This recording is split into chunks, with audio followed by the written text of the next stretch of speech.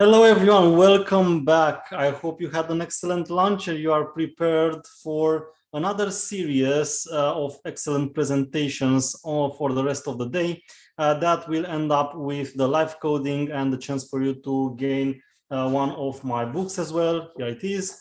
I first of all would like to tell you again that and advise you to go to our sponsors booths, so Mass Mutual Romania, and win potentially one of the 5 smart speakers, Alexa Amazon Echo Dot 4, or the laptop, Cognizance of Vision for a special surprise, Playtica, where you have the chance to win an electric scooter, ING Tech Romania, where you will have the chance to gain one of the subscriptions for Masterclass, an excellent prize.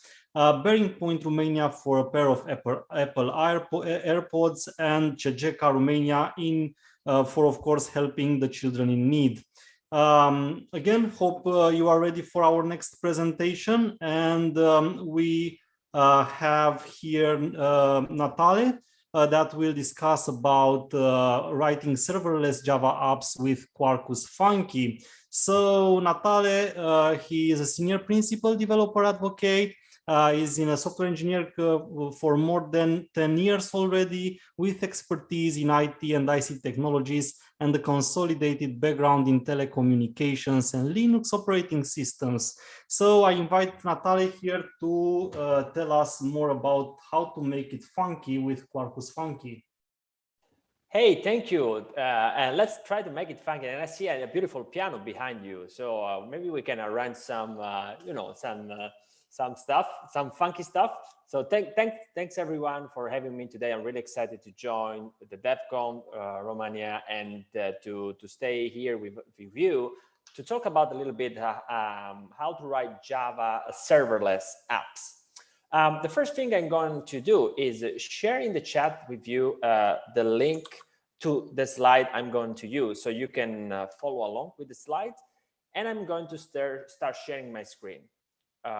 Let me start sharing the screen so you can see the slide. A moment.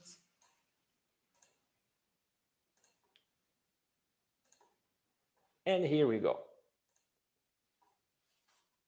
If everything is fine, you should be able to see the slide now, and hopefully you should be able to access the presentation with the short URL that I created over here. Let me know in the chat if you can't. Otherwise, I can also share the links that I put in the chat.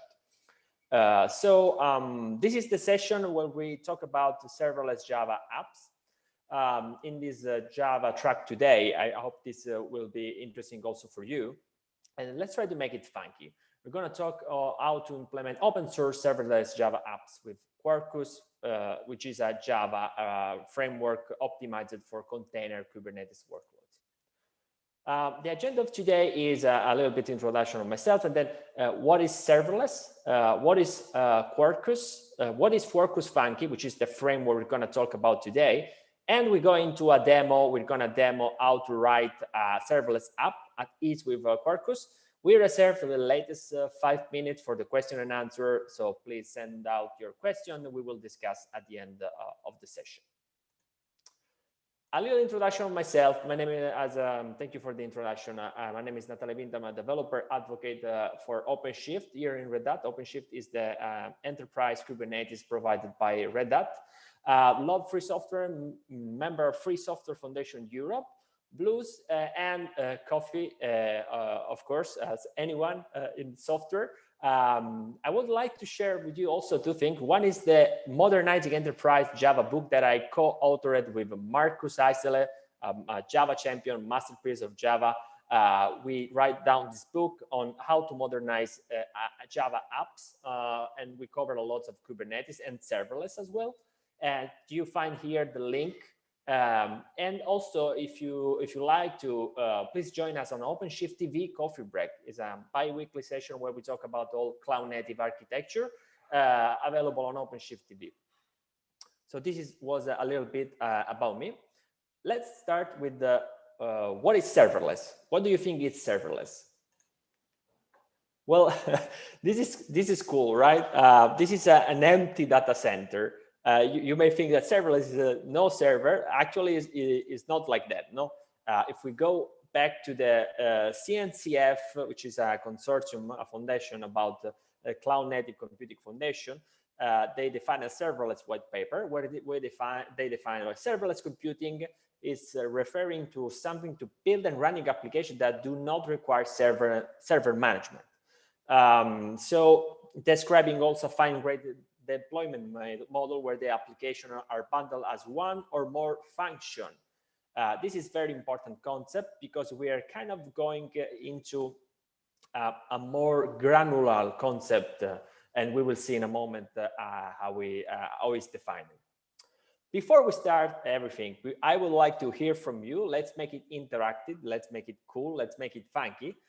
So please start voting in this poll over here. You have the QR code if you like to go with your cell phone, or you have the link that you can see over here.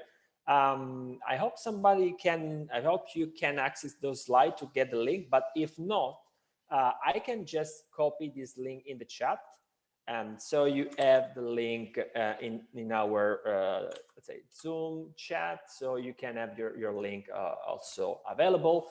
But I see somebody is accessing the slide as well, so thanks. And let me put this as a link, so it's more convenient to you. So what I want to do is just let me know what's your experience with serverless. If you are just new to serverless, so what is serverless?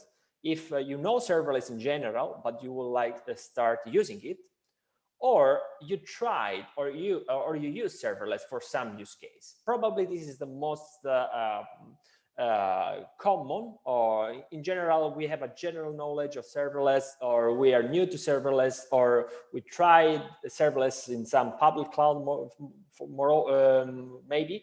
I would like to know if somebody is already ruling Java serverless to get any feedback on that. But thanks for voting, and we'll keep the poll at the end of the session to understand what the audience looks like. It looks like we have a mixed audience, which is really cool because for this session we're gonna introduce the core concept of serverless, the core concept of Java serverless, and then we go into the demo.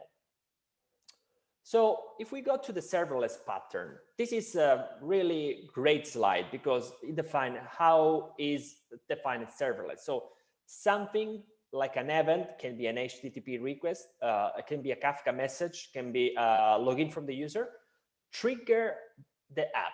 Triggering the app means your app is scaling up, your app is starting, and your app is also producing some result. So this is the general serverless pattern.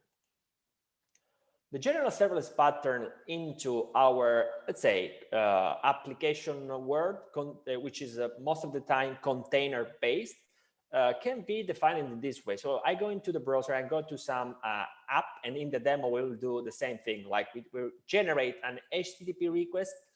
This request is going to trigger the start of one or more container, just because the serverless pattern provides that your application is normally idling. When invoked, it can be start, consume a database, for instance.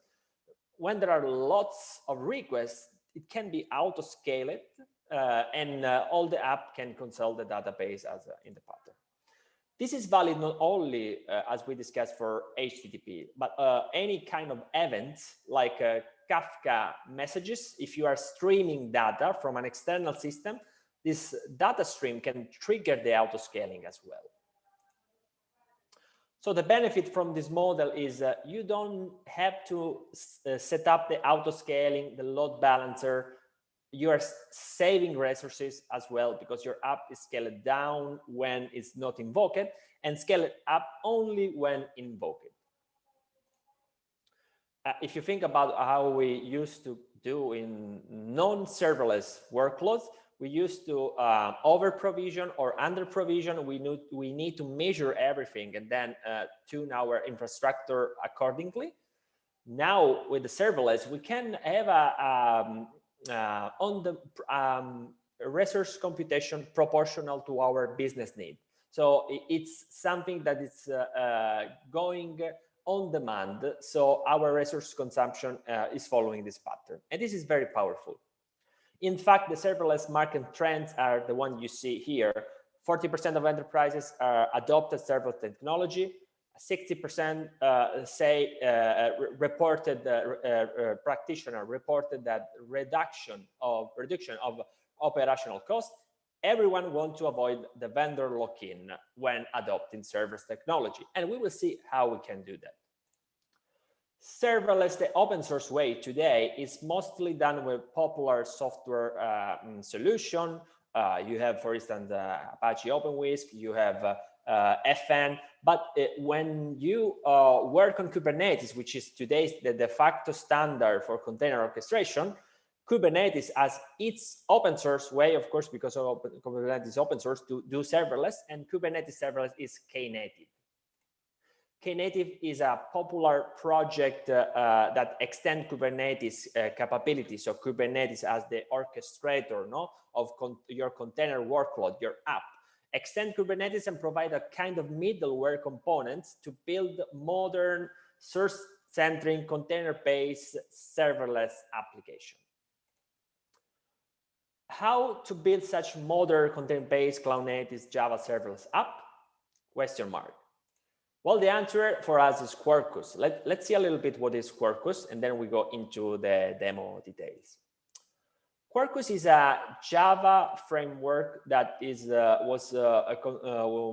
was started to meet the modern requirement of container-based, Kubernetes-based, cloud-native architecture and deployments.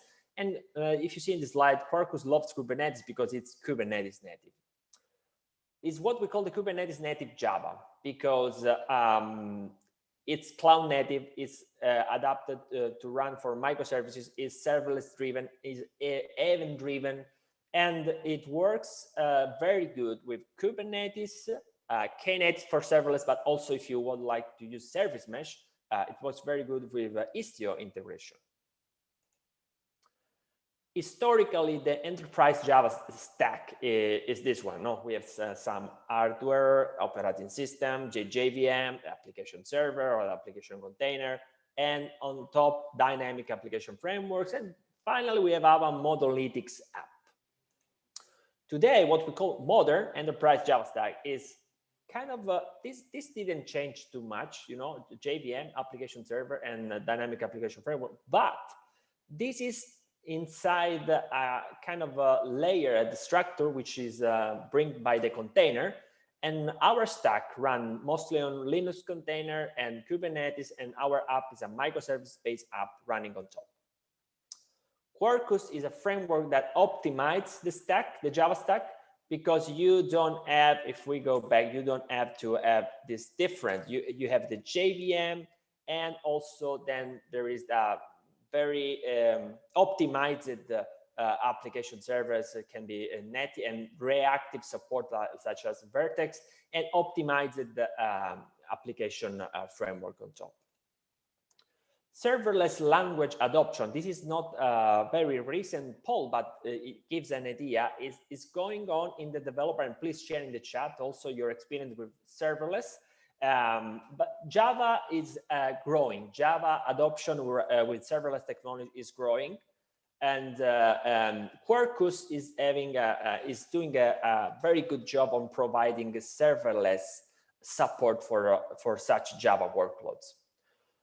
Quarkus, as we say, is a Java framework. The name comes from Quark, which is an elementary particle, and HAS, hardest thing in computer science, just as to mention.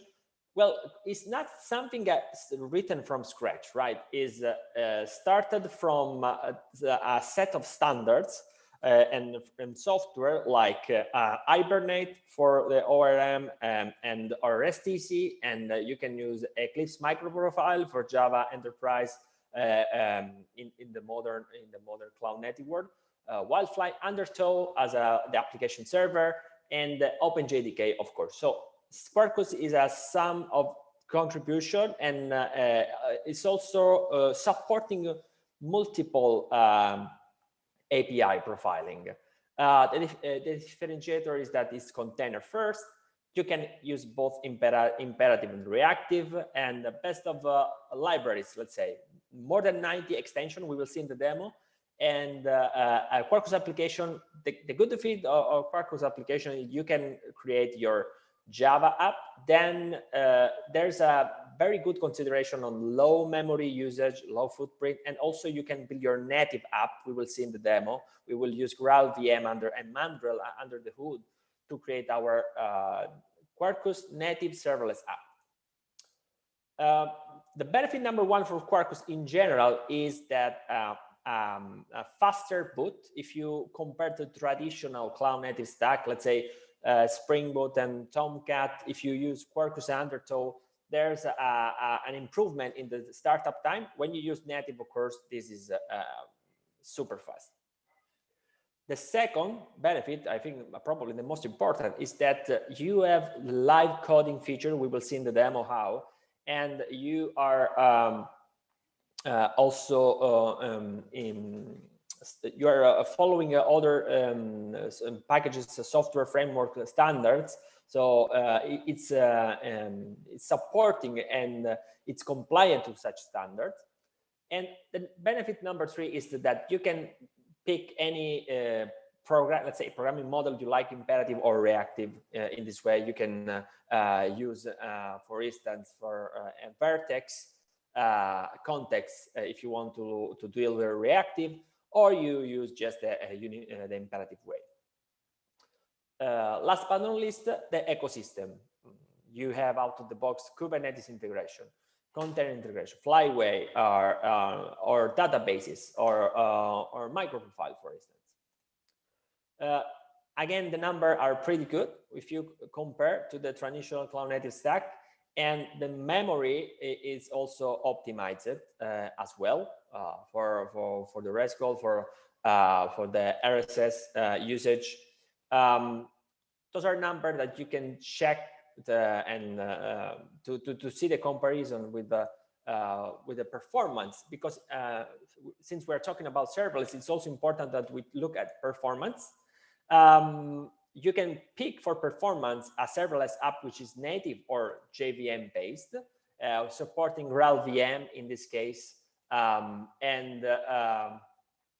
also you can decide if you want to have a ahead of time compilation or native execute an image, as we will see in the demo. The great benefit of Quarkus is its comprehensive ecosystem of extension. In this demo, we will use the funky one, but not only, and we will see in a moment how it works.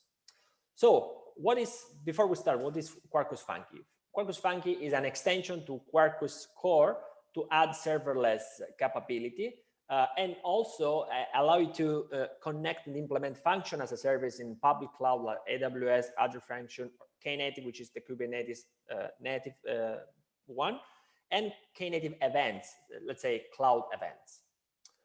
This is how it works. Basically, you have a bunch of events. In our case, we will do an HTTP demo.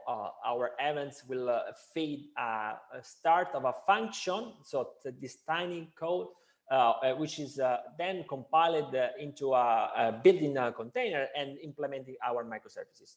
The cool thing of a Kubernetes Knative function is that you can manage revisions of your app. You can manage traffic splitting, and we will see how it works.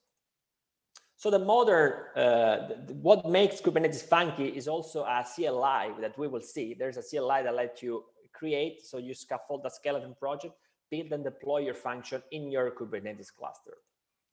Now let's make it funky. Let's do our demo.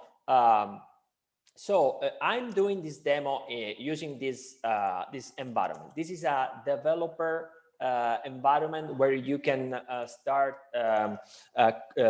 experimenting your Java serverless application. If you go here, when you open this page, you can add insert. You can get an account for free. So you get started into the developer sandbox. That means you are required to create an account on our Red Hat developer portal. Then when you start, when you have an account, you access a a Kubernetes cloud environment, which is based on OpenShift. And this is the thing you will see. You will see a console where you can start deploying your application like we will see in the demo. And for the demo, this is our first part. So we start the demo just going into this link. Let me copy also in the chat so you have it here. When you go to code quarkus.io, you can start building, scaffolding your Quarkus project. For instance, let's start one and let's call it com Red Hat, and the artifact, let's call it hello DevCon, and let's use Maven. So what we need, if you recall, we want to use Quarkus Funky. Quarkus Funky, in this case, we can select if we want serverless on AWS Lambda or Google Cloud Function, Knative events, for instance, or just an HTTP. For this demo, I will use an HTTP binding.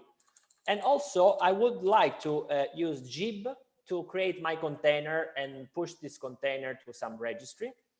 And let me also use the Kubernetes extension to create the YAML file that we need and then deploy it. So we just scaffolded our app and say, hey, download the zip, and then if you want to go in dev mode, just do Quarkus dev. So I'm going to do that, downloading the zip, and then let me go here, let me go over here, and let's go to this directory, DevCon. This is the one I was trying before. Let me move it in into get done. Oh, sorry. No. Hello in done. So we will do again. Let me move what we downloaded. In my case, it's here. Hello DevCon zip. Okay, this is our directory. Let's unzip it. Let's unzip the directory and let's start working on this. So this is our skeleton app, let's say. Let's open, in my case, Visual Studio Code, can be IntelliJ, whatever you like. Just an example on how to work with this.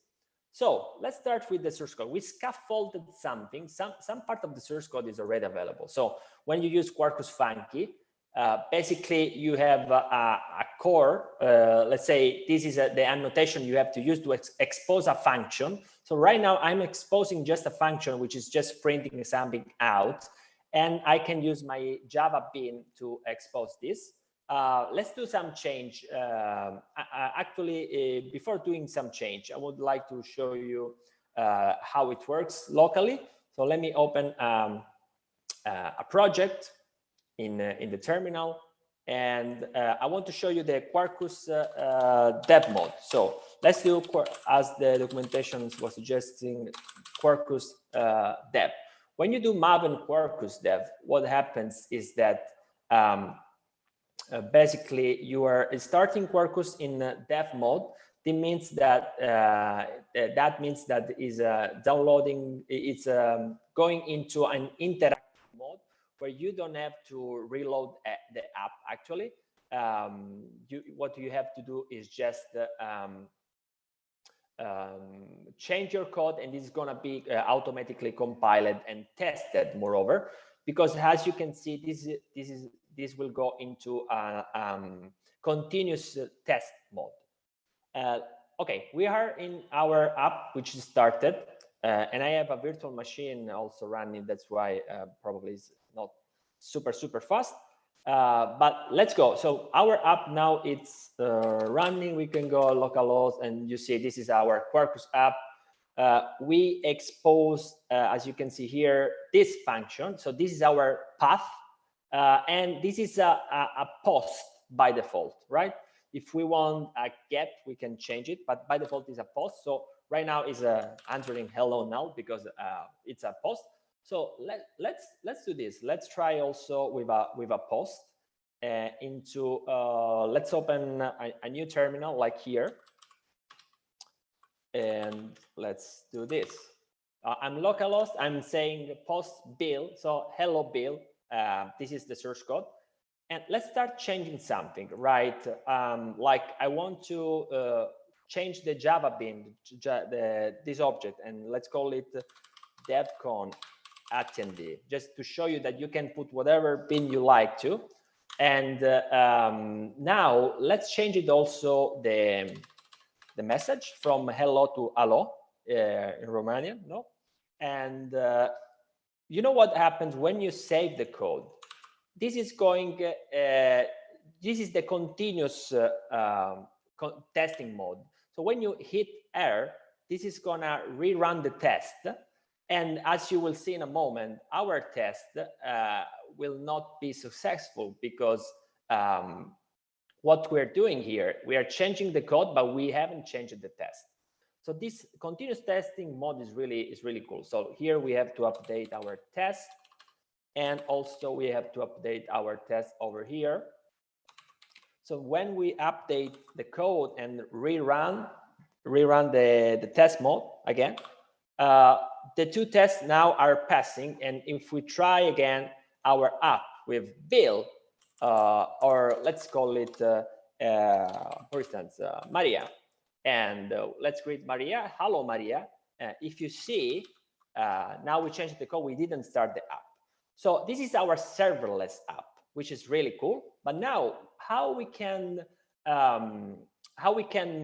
make it serverless and deploy to our Kubernetes cluster over here? Well, with Quarkus, it's very easy. First thing we need to do, we need to containerize this application. To containerize this application, we already inserted, if you look here, we inserted in the POM XML, there is a jib, which is the extension we can use to create our container image. And let's do it. Let's go into the application properties, and let's copy this variable. So if you look at this variable over here, I'm doing a container image. I'm using this image group. I want to push it in a registry. In this case, it's Quay.io, which is a public registry like Docker Hub. I want to do a jib build, so I don't have any Docker host in this machine. I don't want to use them. So I'm not writing any Docker file.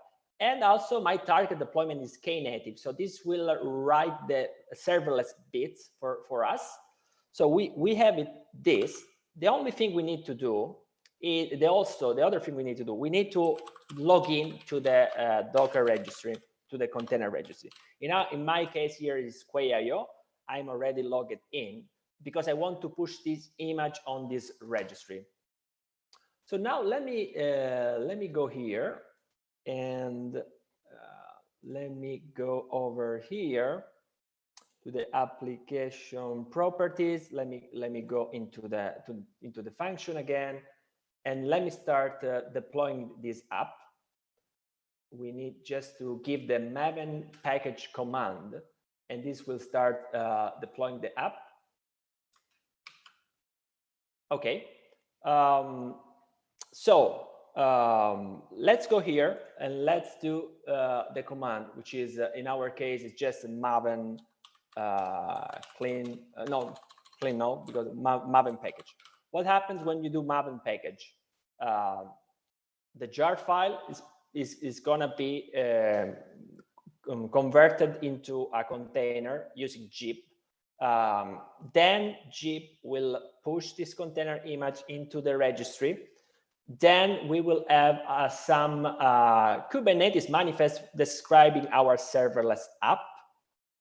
After that, we can deploy the serverless app in our cloud Kubernetes. So you will see now this is the output of what we're running here. So we have our jar, and then it's going to be containerized. The output, when this finish, the output will be pushed on the registry. Let's see the output to see it live. No, we're start pushing it, and this will be pushed over here in this account. The name here is the name of our function, which is hello DevCon. and this is will be deployed over here. If you see, it has been just deployed. This container image has been deployed a few seconds ago, so just now. Minimal footprint, 70 megabytes in this case.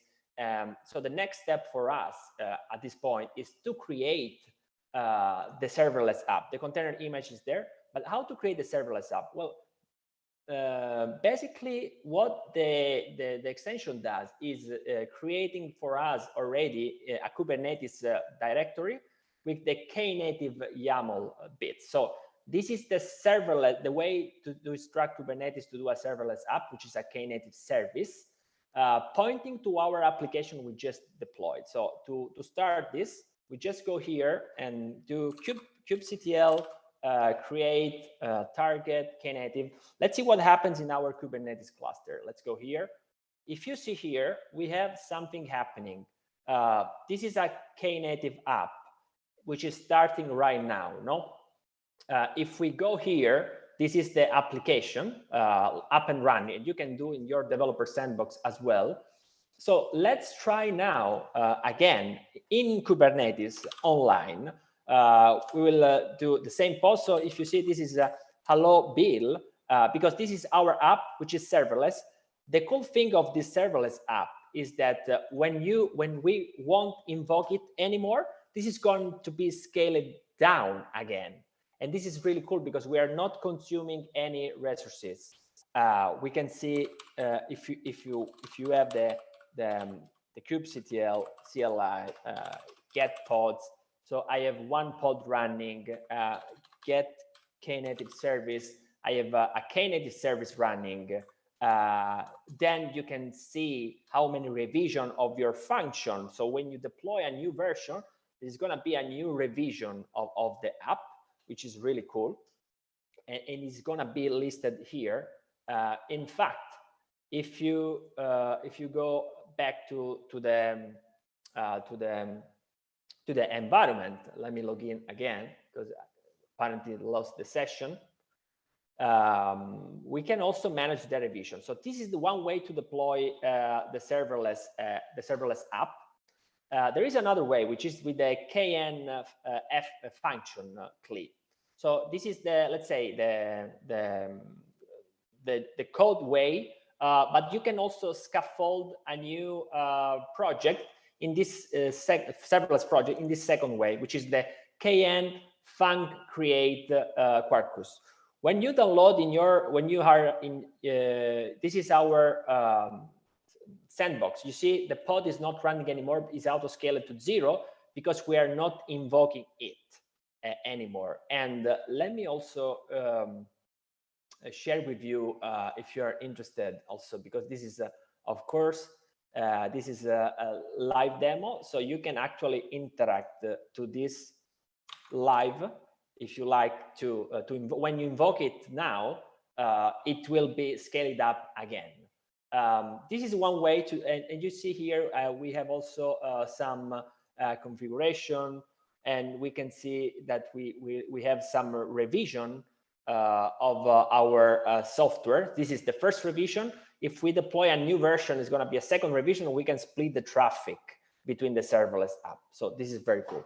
I want to show you a second way to create your app, to scaffold it, which is the KN base. So when you manage your application in Kubernetes, you can download from here in the command line tools. You can download the KN CLI. When you download this KN CLI, and let me show you here. When you download this CLI, you can scaffold your project. Let me go here and let's use it. So I have my KN CLI, and I do KN func create -l Quarkus. So right here I'm scaffolding this function. Well, this function, and we can see here, I can do in this directory, and I can go here. If you see, must be visible and recognize the configure. What happens here? The array must be empty. Oh, okay. Sure. Let's do it in this directory. So let's scaffold this. I'm scaffolded a new function, and let's open this function with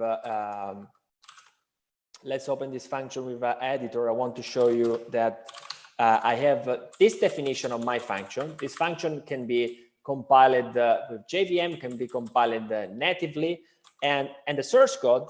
If we go to the source code over here, bin src main and Java and the function and function. If you see here, the function is similar to what we said before. Now, so we have the func annotation, we have a POJO, we have a bin that we are using. In this case is a output input. So we're returning an object, and we have an input object as well. So we can also manage our bin here. And let's create this other function. And how to make it in this case? Well, to make it, first thing I want to do is I want to make a native build. In this case, I want to create a native Quarkus app to have a super faster serverless app available. What I have to do now is kn func build. This command, what will say this command is, give me please the registry where you want to deploy this. In our case, in Quay.io, and this is my user on Quay. Now, what it's doing is building the image. Of course, this is an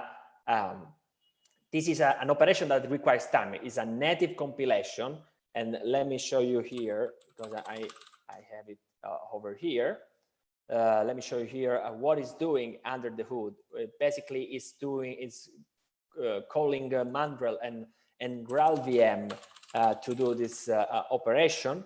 We can see that there is something happening, consuming some resources. No, you see here the profile native started. We're compiling our application. And then this will create eventually the binary. For the sake of time, I already did it. We will to save time. Let's stop it, and let's just deploy the container image I have already pushed on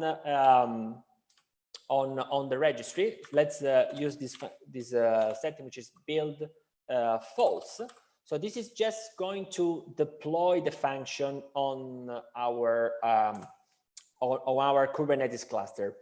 Doesn't exist func. Well, actually, yes. It's the name is incorrect. We need to call it in the right way. One moment. Which was the one I was pushing before was hello DevCon func. Okay, let's try again. Deploying this function means that it's using this other image that I already pushed before.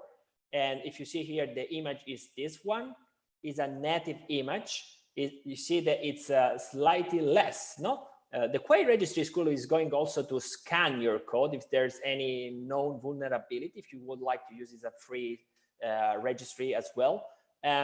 So the footprint is minimal. It's starting very soon. What happens in our cluster when we do the function deployment is that it's running also, as you can see, this is our function. There is also this nice function icon, and it's answering. So at the moment, so this is our function. We can try it out. No, we can just try this as a post request, and let me do a curl request together so we can try it out.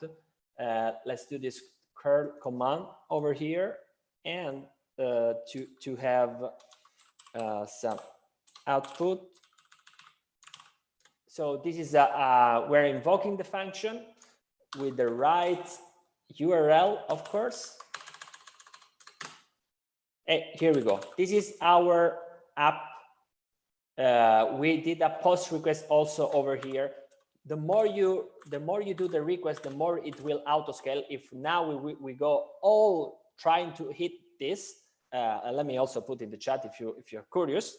if you would like to do that. If you want, if we all go in this is going to auto scale, but we can also tune the level of auto scaling we want just with an annotation to the Knative service.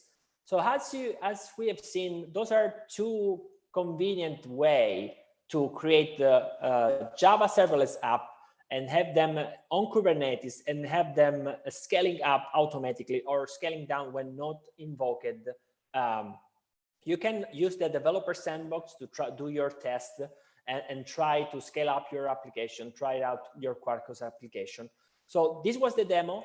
Before going into the question and answer, I just want to leave you some resources, which are go to developersred.com. With this account, it's free. You get the free account with the developer sandbox to start using your Kubernetes cluster with serverless and Knative. If you like the topic, please download for free the Knative cookbook. It's a book written by our colleague Bersat and Kamesh Sampat about how to use Knative, and start learning serverless from our learning portal. This is a free learning portal where there are the browser labs where you can start learning serverless, and attend our serverless deep dive if you are interested on this topic on DevNation deep dives. So thank you for the attention today, and I'm available now for any question that you may have. Thank you very much, Natale. Great presentation. I love live coding, and I guess that all our attendees also do that. Kubernetes, OpenShift, Knative, and serverless, of course, are quite nice to see in live coding session. We have a couple of questions here. So a question from my experiments with AWS, somebody says Lambda and some Node.js functions. Is there a notion of connection pooling for database connectivity? So I think it's kind of a comparison between AWS Lambda and what you presented. How is the connectivity, database connectivity and pooling being done? Well, in general, with Quarkus, there's the Hibernate support for our RM. So we're using Hibernate Panache. Panache is the extension we use for that. So this is delegated to Panache. So there isn't any, let's say, serverless specific pooling of connection to the database. This is related to the setting to Hibernate and Panache. Okay, so it's basically same as using Hikari, CP, or something like that. It's application level, that one, not related to the infrastructure. So whether you deploy in a container or a function is the same. That's what you are saying.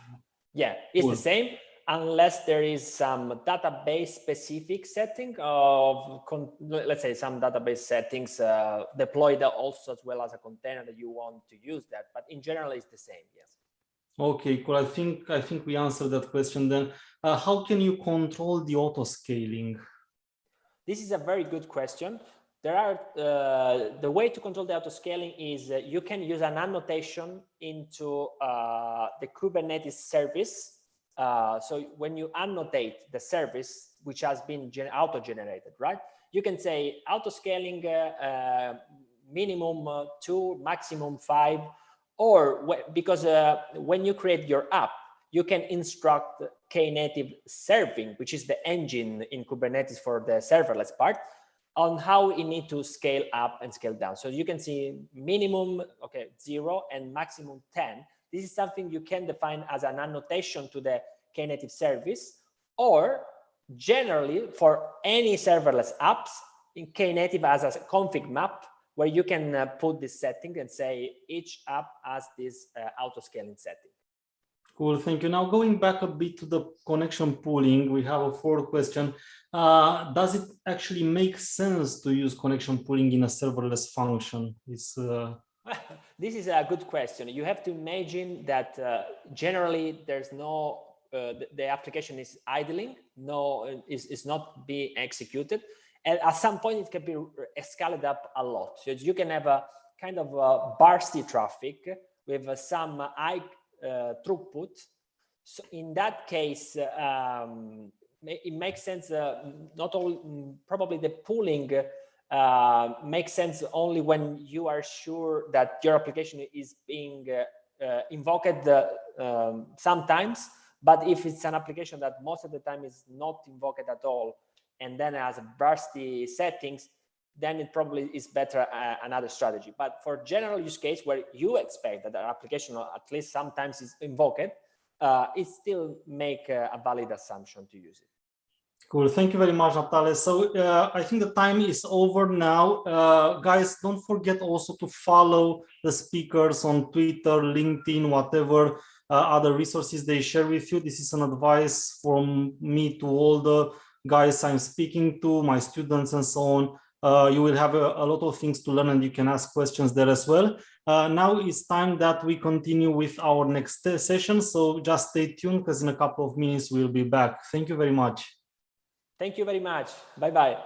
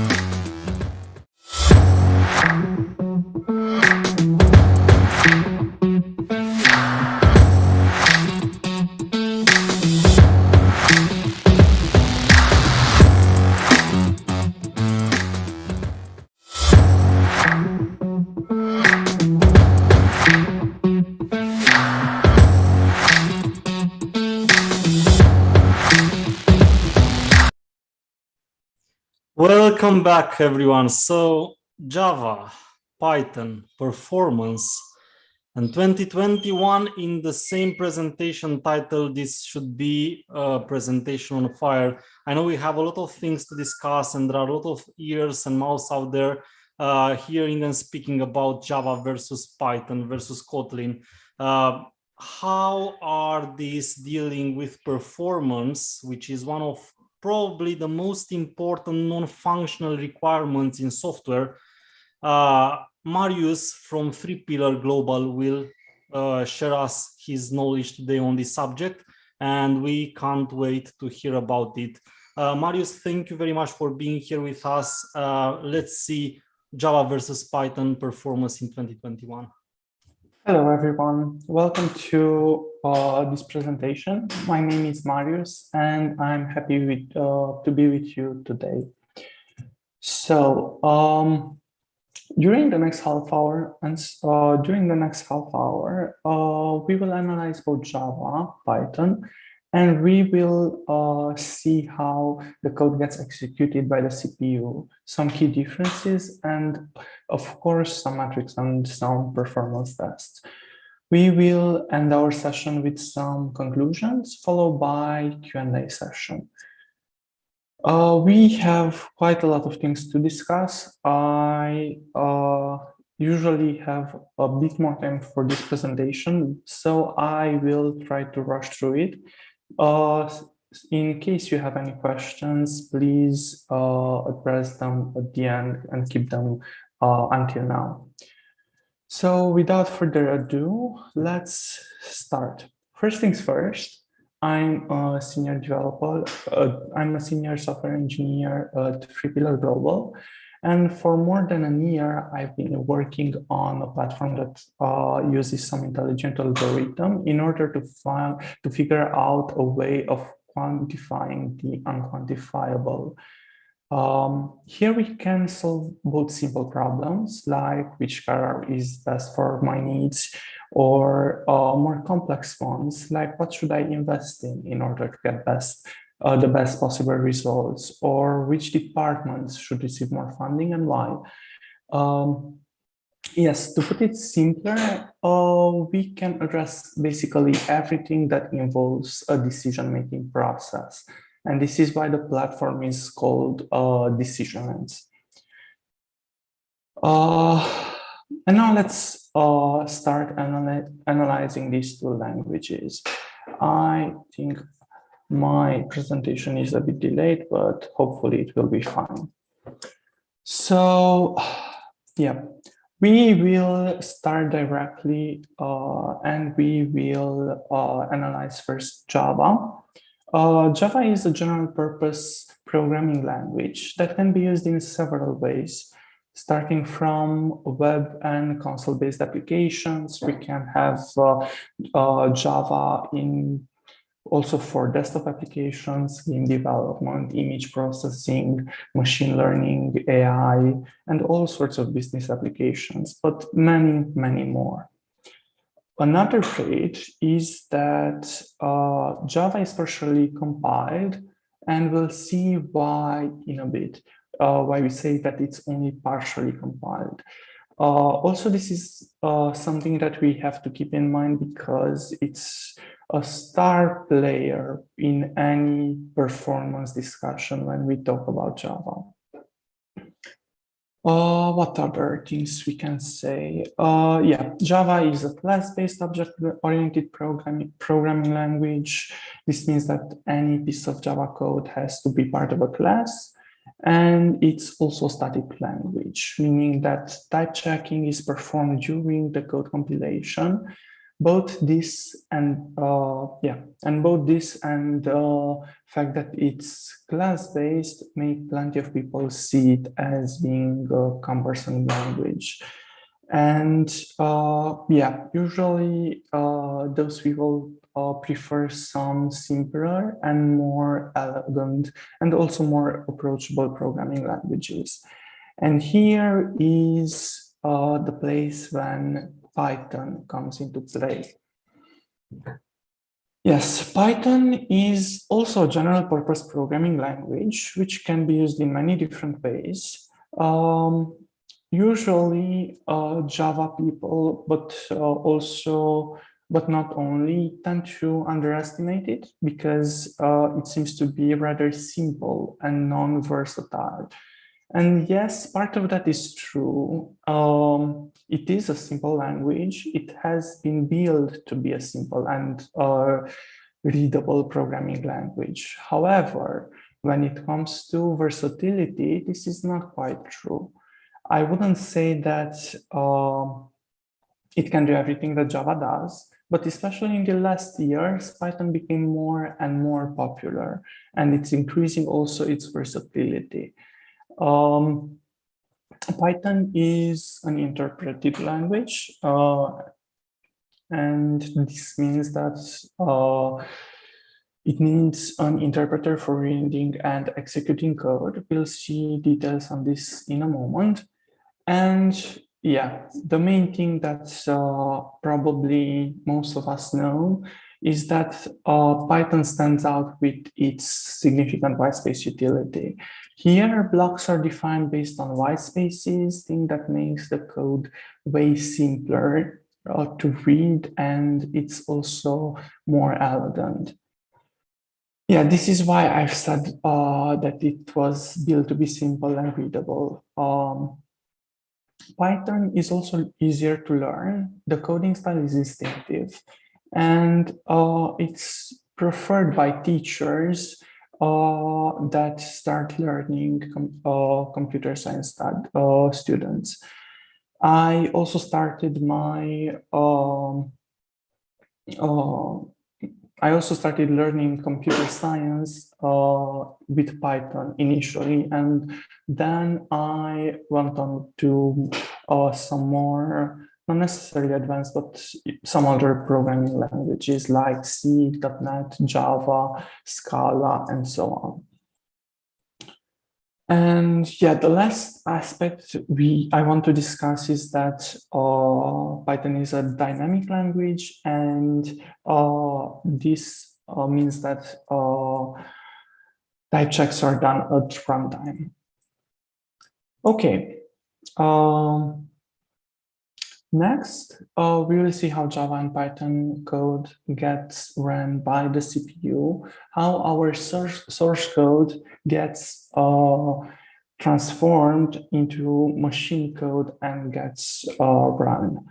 We will also see why I said that Java is partially compiled, and we will have hopefully a better understanding about the differences between these two.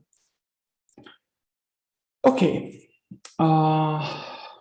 yeah, here we can see this diagram. Here we have Java, and things are a bit more complex than in Python. So before the runtime, Java code gets executed. So before runtime, Java code gets compiled into the well-known bytecode. At runtime, however, from bytecode to machine code, we still have a lot of things happening. Once we have the compiled code, the compiled bytecode, I mean, we can fire up our application. And in that moment, the JVM comes into play. JVM stands for Java Virtual Machine, and it has an implementation for each architecture we want to run code in.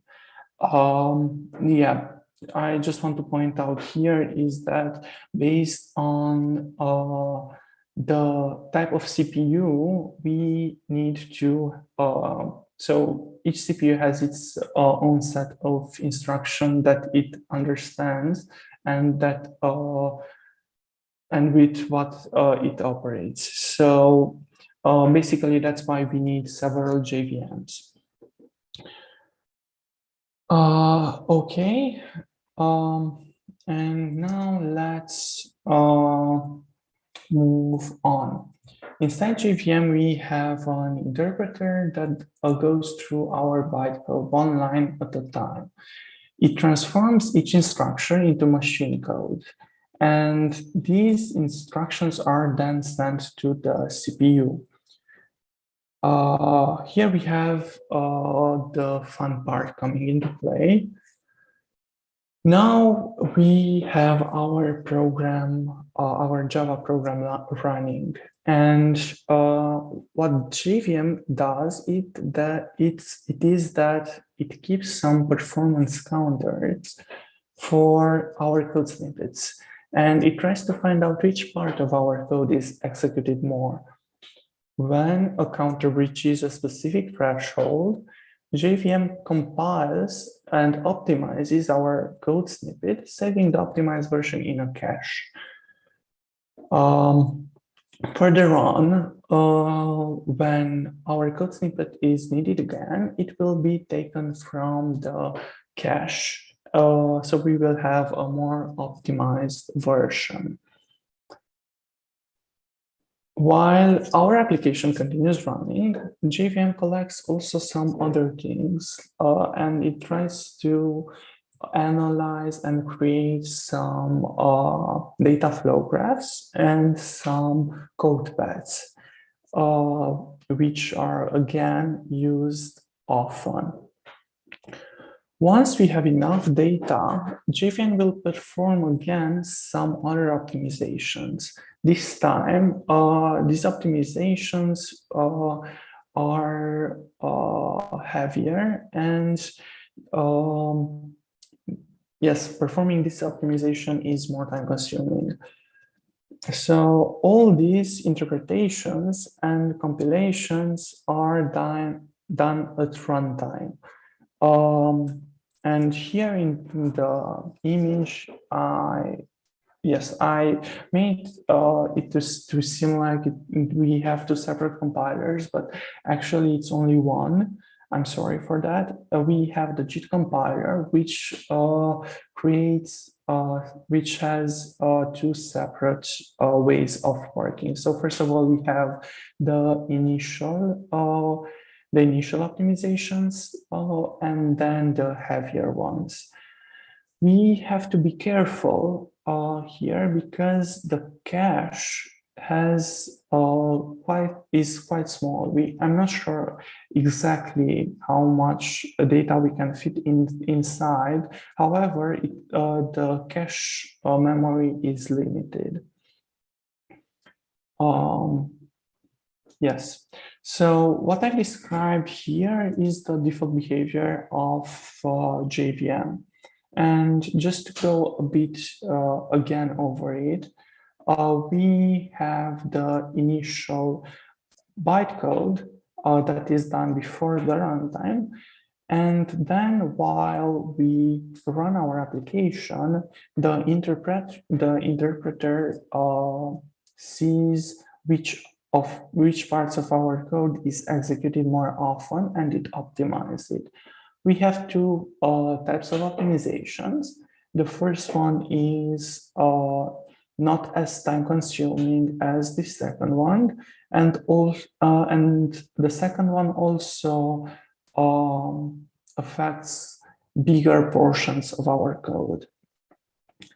The cache in which we save our compiled and optimized code is then analyzed by the interpreter, and our optimized code gets executed instead of the original one. Yeah, so starting from Java 9, we have also a different way of doing things. We can do this compilation ahead of time, but that is not the default behavior. We have that introduced in case we want some even more optimal code. However, that part, it is not used that often and has some other implications. So we won't discuss them here because we don't have that much time. Yeah, and just as a note, that is called ahead of time compiling, and it's done. It's called like that because the compilation is done before the runtime. So that optimization is done before the runtime. And now let's move on to Python. For running Python code, things are way simpler. As soon as we give our source code to the interpreter, things start to happen. So if in case of JVM, we have several implementations only for the JVM, here we will have several implementation of our interpreter. So yeah, so in Python, our source code gets to the Python interpreter, and inside the Python interpreter we have two main things. We have the Python compiler, which takes our source code and transforms it into Python bytecode. And we have the Python virtual machine that takes this bytecode and converts it into CPU. Here we don't have any other optimizations made for us. Yes. One other thing that I want to point out here is that this is the main model of Python interpreter. This is how it happens in the Python C interpreter, but we can have also some other interpreter as well that add some optimizations. However, for the purpose of this presentation, we will only cover the C Python interpreter. Okay. Yes. So after we analyze these two languages, now we can summarize some of our main differences. So Python is an interpreted language in which the whole process is of transforming source code into machine code is done at runtime by the Python interpreter. Java, on the other hand, has a two-step process. The first is compiling the source code into Java bytecode, and the second one consists of taking that bytecode and the second step is starts from that bytecode, and that bytecode gets into the JVM, and after it is optimized, or while it is run, it gets optimized and transformed into CPU code, into machine code. Java Virtual Machine has its own interpretation. Every architecture we may run our code in, it has a different JVM. While when it comes to Python, we have different interpreters for different architectures. We can also have different interpreters based on what kind of project we run. And we can have also some additional optimizations. But yeah, compared with Java, they are not as the result is not as good as we might expect. Another difference is that Java is a static language, and we know what that means already. And the last big difference is that in Java we only have classes. We can only have classes, while in Python we can write our code also without classes. Okay. Now, let's also see some metrics. I will try to rush through these. So for our metrics, I computed Euclidean distance, and here we have the formula. But I will just rush through it. I used 2 Python implementations and 2 Java implementations. The first Python implementation is using Python arrays. The second Python implementation is using Euclidean distance. Using the NumPy library.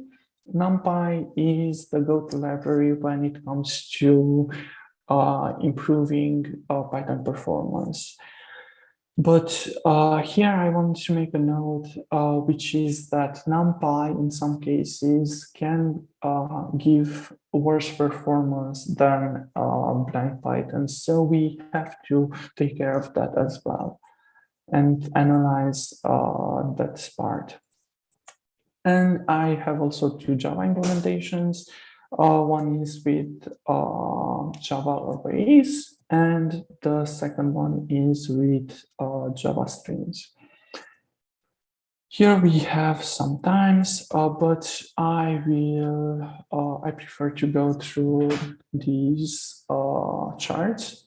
First of all, we analyze Java arrays versus Java strings. We can see here that Java arrays are performing way better, but yeah, here the note is that streams were introduced in Java 8, and they were mainly introduced as an easier way of writing parallel code in Java. And based on the amount of resources we have, our streams can perform way better than arrays, but just as a note. So yeah, the next slide. Yes, okay, here we have Python arrays versus Python NumPy library. We can see that actually we can, however, for small data sets, NumPy actually performs a bit worse. However, as soon as we have sufficient data, NumPy gets better and better than blank Python. And okay, let's move on. Yes. Here we have all 4 lines compared. So basically, the first 2 lines from the bottom are Java arrays and Java strings.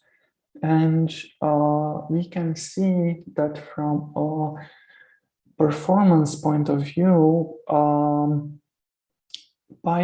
Java is doing better, and it's actually doing way better than Python.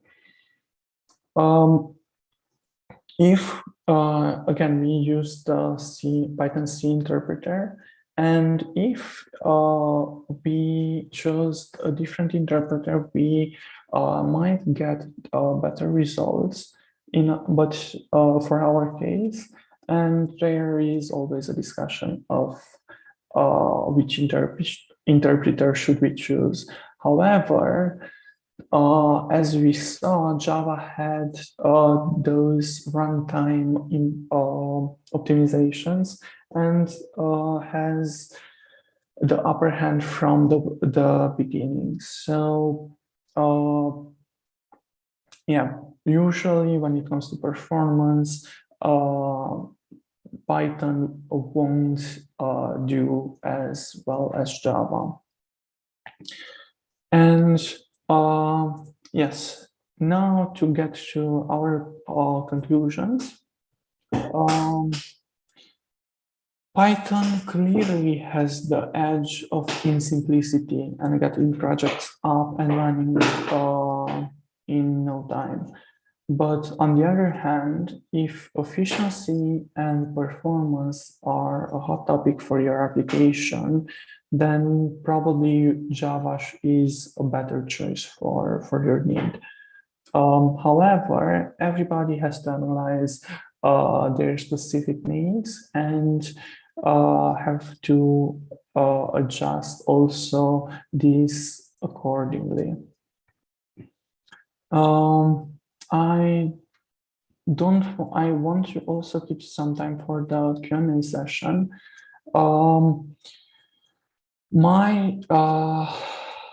Yes, I will. So on my GitHub account, I actually forgot to link the projects for that I used. But in case you're interested, you can find me on GitHub. Is basically my username is my name and my last name, so Marius Community. And here at my repositories, we have the coding section. So we have the Euclidean Java, which is the Java implementation, and here we also have the Python. For benchmarking in Java, I used JMH, which is it's a bit slower to give actual results. However, as I've done my research, this was the most accurate library that I could find. While for Python, I used Timeit. And yeah, here you have the code. You can download it and you can execute it yourself if you are interested. And now I think I'm done and I'm waiting for your questions. Thank you very much, Marius. Excellent presentation. We also have a couple of questions in the chat from our viewers. Let me take for the first one, maintainability versus performance. Which language, in your opinion, helps you keep both these at the maximum? That's a good question. Thank you for asking it. So, as I said, Python Python code is way clearer, and that means that it's also easier to maintain it. However, this comes with a twist, because because the fact that Python is a dynamic language, and there we cannot figure out the type of our objects and and we cannot always figure out what we are working it exactly. So that's also something to keep in mind. Java is way more cumbersome, and you can have a lot of layers, and it can get very complex. However, as I said, depending on the needs from each project, we should choose either one or the other. Maybe you can go with Python if you don't need necessarily, I don't know, to have the best performance you can get. However, and for small projects, it makes sense to do so. Also, this is one of the main reasons why a lot of data scientists choose Python to work with when it comes to AI. Basically, it's also that Python has these strong libraries, isn't it, directed towards mathematics? Yes. So it's easier to go that way simply because you have the features But then what I understand from what you are saying is that it's mostly a developer flavor if we go to Java or Python, isn't it? It's also developer flavor, but so I started presenting the application I'm currently working on. There we have Java, and we have some AI, some genetic algorithms there, which are which consume a lot of resources. And we initially tried to implementing them in Java, but the timing was just awful.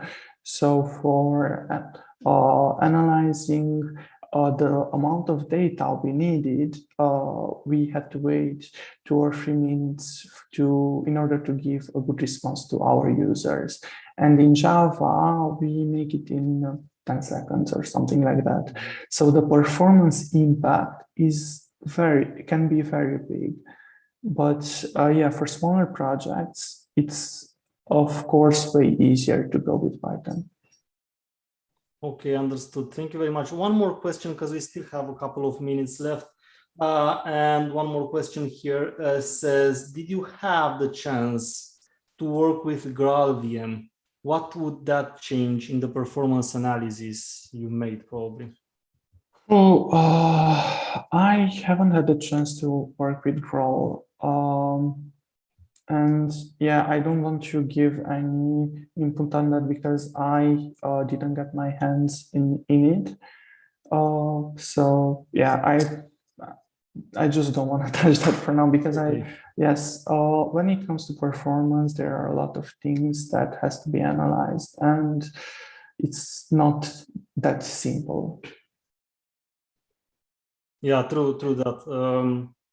It's maybe more than a lot, and it's not only about performance, isn't it? Like you always take into consideration some other requirements, non-functional or functional. So that's very difficult to decide. Okay, I think the time is up now. So again, Marius, thank you so much for this presentation. I hope many people enjoyed it. And guys, stay tuned because in a few minutes we will be back with another one on performance. So short break and we'll be back in 3 minutes. Thank you.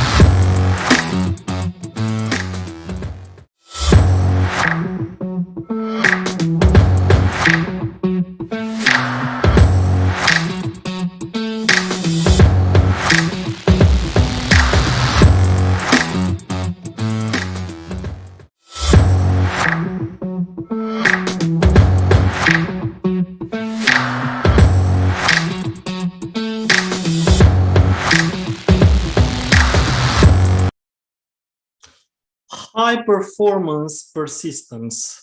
So it's clearly that this should be one of the most important subjects a developer or software architect is aware of. And that's because, of course, applications work with data. So whether that data is in transition or at rest, which means persisted, it's something that represents the motive of anything an app does. So there are things you need to be aware of. Security is one of them, but performance is always one of the first to take into consideration, because you can't use an app if you don't have a high performant persistence layer. So that's why taking that into consideration is very important, essential. And let's see what our expert developer advocate at JFrog, Sven Rupert, has to say about it.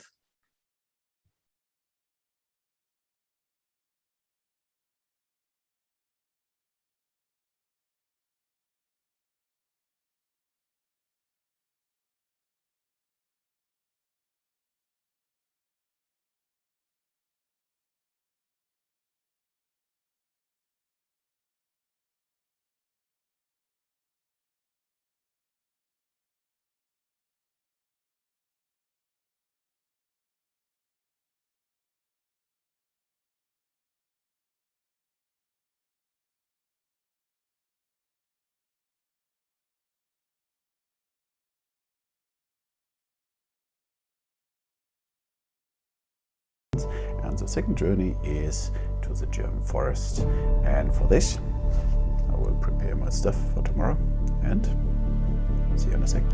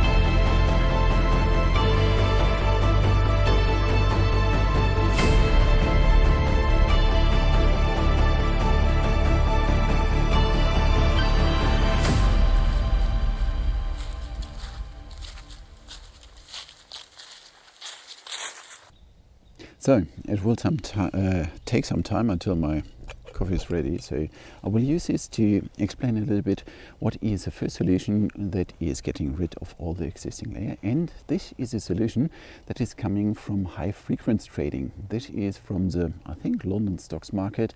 The inventor is Peter Lorre, and they need something with really low latency. And the focus here on what I want to explain is for the need to dump down data as fast as possible, like logs, transaction logs or events or whatever. I'm talking here about Chronicle Bytes. You will find it on the GitHub account. It's open source as well.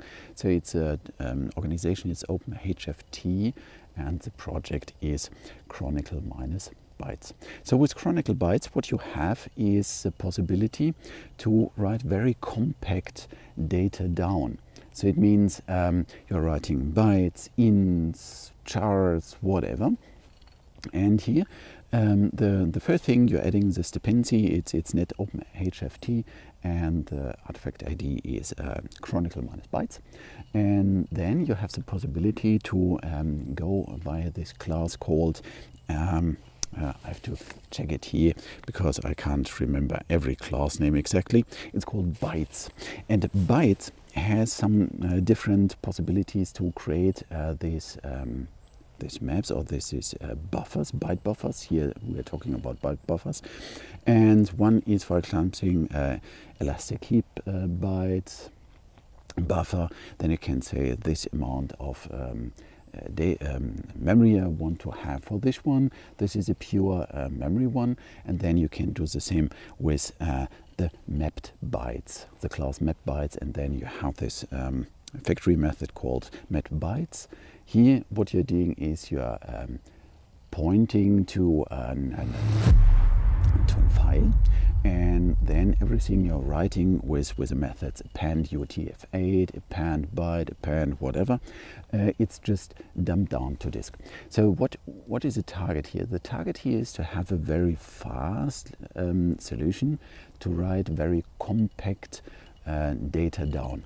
So if you have your business model, what you need is that you have to decompose this in different attributes. So a class with two attributes, maybe an int and a byte, will be just one append with an int, one with a byte, and the next one is again an int and the byte.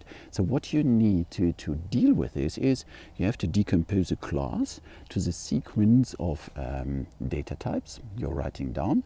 This is a very compact way, so all the people from C, C++ and so on, they're used to it. We in the Java world, we are not really used to it, but the same is if you're reading this stuff, you're pointing to this directory, you say, okay, this is exactly my mapped bytes, and then you're reading an int and string, an int and boolean and whatever. So, so you have to have in mind that for writing and reading, you have to decide in which order the attributes are written down. And this you need to know. So if you're just reading something different, then it will be just crap. So what's the solution for? The solution is for if you really have to write down as fast as possible and as compact as possible, just pure data types. So, but you're losing at this point the information about the class, the composition, and what you are not able to do is to build relations between class. So this class with attribute ABC has a reference to the other class with attributes ABC. So you really have to dump down this data in a very straightforward way. So now I hope it will take some time. So the next thing what we want to look at is chronicle maps. Chronicle maps is in-memory, non-blocking, key value store, designed for low latency, and so on and so on. So you can read it in the GitHub repository as well. So what we have here is the next convenience layer. So with the bytes, we are losing the context of the class, and we are just pushing down the core data. With maps, we have a persistence data structure, and again, what you have this dependency net.openHFT, and the artifact ID is chronicle minus maps. So what we have here, we have this class chronicle map, and then you can say, I want to have a map of type A and B, so of a key class, a key type, and a value type. Here what you should have in mind is that at this point you have to think about the serialization process itself. So the solution will give you the possibility to have a key value store, but you have to make sure that key as well as a value is in a way serializable. And the next thing is that you are giving this map a name, so you can have different maps, and every map will have an identity. And then we have a few interesting, not really, this approach is not common for the Java world. So you have to think about the amount of entry, this is something, but the new thing is that you have to think about an average value. So the internal structure of this map is built on this param, not only how many values you are expecting, it is based on the average value. So if you have as a value an int, and this is mostly something between 1 and 10, then you would say the average value will be a 5. But the same with char sequences, with bytes, with, okay, bytes is not so, but with all other types you want to write as a value, you have to think about an average value. And this will internally calibrate the map and will influence the way how this is managed. If you have this one, this factory method, so you say chronicle map of key and value type, you will give a name, then you will say I am expecting 50 entries and the average value is whatever. The next method is create persistence 2, and again you're just giving a file name. And the good thing is that if you want to back up and restore this stuff, you just have to make a backup of this folder or this file, and then you are done. So what we have here, we have really low latency possibility to dump data down. We have bytes, we have maps, there are some other projects around, so they are focusing mostly on this core data structures, not on compositions of data structures. You have to think about the serialization process itself. You have the possibility of sharding and all this stuff, so for this read the documentation. But the main thing is that we have now an in-memory, an in-JVM solution. We can just dump data down, we can read it very fast, we have to decompose to generic types again. And so the next thing I want to have a look at is something that will give you more convenience in terms of compose this data. So instead of just having pure data structures, I want to have something that is more in terms of there is a schema, there is a relation between different things. And for this one, we will have a look at the next implementation that's open source as well, and this is called Xodus.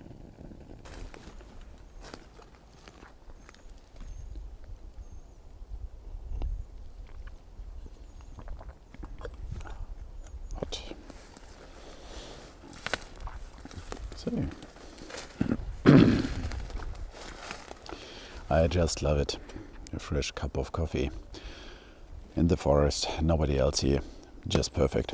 So, the next thing I want to talk about is Xodus. Xodus is from JetBrains, this company that's creating this amazing IDE called IntelliJ, and they have really, really good engineers and some other products. In their products are, for example, uTrack is an issue tracker and some other stuff around. I don't want to talk about the products, but for their products they needed something that is dealing with persistence. And we will see here that they needed something for the issue tracker, and an issue tracker is just a bunch of attributes called an issue, and then you have to link stuff in between. You want to upload in PDF, so you have to deal with binary streams. So it's quite a complex persistence structure you have, and for this they created this open source tool called Xodus. Xodus is an exit compliant, so you have transactions. It's based on MVCC, and it's just dealing with snapshot isolation, strong snapshot isolation. So all changes will be written in transaction log. I think they have these files are something XD files or whatever, and they're immutable. It means you have something like a functional, immutable, persistent data structure, and this is just amazing. You can completely embed it, so it's an embedded solution. This is why it's in this talk. It's written in Java and I assume in Kotlin as well, and it's Apache 2 license. The only downside here at this part is it's not a product, it's just a project from them, so you can't really buy support for it. But I think if you have an issue and you're creating something on GitHub, you will be in contact quite soonish. So this project is under active development. What we have here is we have now a schemaless transactional database. or persistence layer, or whatever you want to say. And this is quite cool because we have now this possibility to have a bunch of attributes. They are together in called entities. I will cover this one in a few minutes. And then you can link them together. And we have so everything, or we have a higher convenience layer that we had with the previous ones. We were able to write bytes, or we had this hash maps. And they have this in 3 flavors. And I want to describe every single flavor by themselves, but they have one dedicated API on top of it. So on GitHub you will find it under JetBrains/Xodus, and then you have this API. This is the dependency. I will write it somewhere here. And then you have these 3 different dependencies. It's environments, it's a virtual file system, and it's entity store, I think. So, but this we will cover in a second. The first thing I want to cover is called environments. Environments is the lowest level of abstraction they are offering. And again, for all layers I'm explaining right now is that this immutable data will lead to still or strong monotonic growing logs normally. So you need something like a housekeeping. Don't worry about this one. This housekeeping is done in the background by the engine itself. So I just thought about it because it's an immutable data store, but housekeeping is done by itself. So after you added the first dependency, it's called this Xodus minus API or Open API. I think it's Xodus minus Open API. You have the possibility to add an implementation for this API. One is called environment. Environment is a transactional key value store, and you have it in 2 flavors. One is with duplicates and one is without duplicates. So it means you have a multi-map or you have a hash map. So how to deal with this? So I'm now reading here because I can't remember all this source code. What you have here is that you have this environment and you're creating a new instance. This new instance has a param that is leading to a directory. Inside this directory, you will have all this data. Inside this environment, or with this environment, you're creating a transaction. Have in mind that everything is strong transactional in this environment, so everything must be wrapped inside a transaction. So this API will give you always this inner classes or this anonymous class you have to implement. You get used to this one, but on the other side, it's really a straightforward way. It's just pushing you always in the right direction, and that is, I think, it's a very good thing. So you have this execute in transaction. You will get this transaction entity that you're using for different commands, and then you are opening a store. A store will have a name, so you can have multiple stores. You have to give them names, so this is the entity, and then you have to decide if this store is with duplicates or without duplicates. It's more or less like this chronicle maps with an entity about you have a map with a name A or B, or with MapDB it's the same, or with others. So it's a lot of solutions that will give you some kind of persistent data structures or stuff like this, or Hazel cars, for example, is doing the same. They have this data structure combined with a name, so that it's their way to give it an identity. Here, the same. So and then you have this store, and inside this store you can just put and remove and all this stuff done.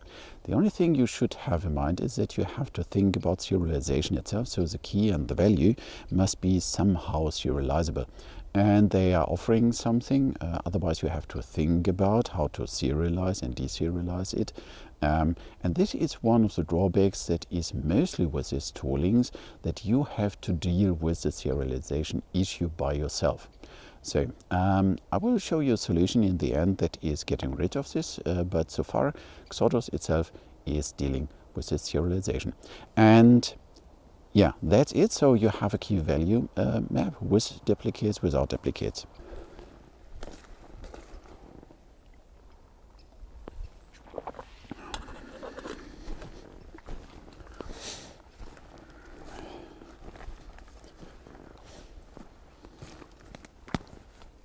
Entity stores. The next one are entity stores. So we had now this key value pairs. This is the lowest level from this Exodus API. The next layer on top of it is called entity stores. Again, you're adding the dependency for entity stores. I will show them somewhere here. Or read it in documentation. And the next possibility, or what is the point of this entity store is that you now have the possibility not only to have key value stores or key value pairs.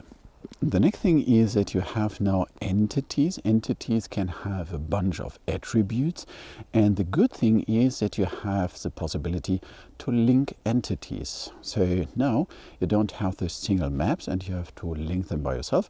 You have entities, and entities can be linked, so you can start building lists, trees, graphs, whatever. And the good thing is the API for modifying, creating, deleting stuff is there, but you have now the possibilities or way more feature-rich API about query data, or to query data and to select stuff and so on. Again, what you're doing is you're creating this environment. From this environment, you're grabbing a transaction, and then from this transaction, you say a new entity, you will give it a name. So think about a scaling naming schema, and then you can set these properties and adding links and all this stuff. Again, you have to think about serialization itself. And so far, this layer is not mentioned to use with binary streams. So this is something I will explain in a minute.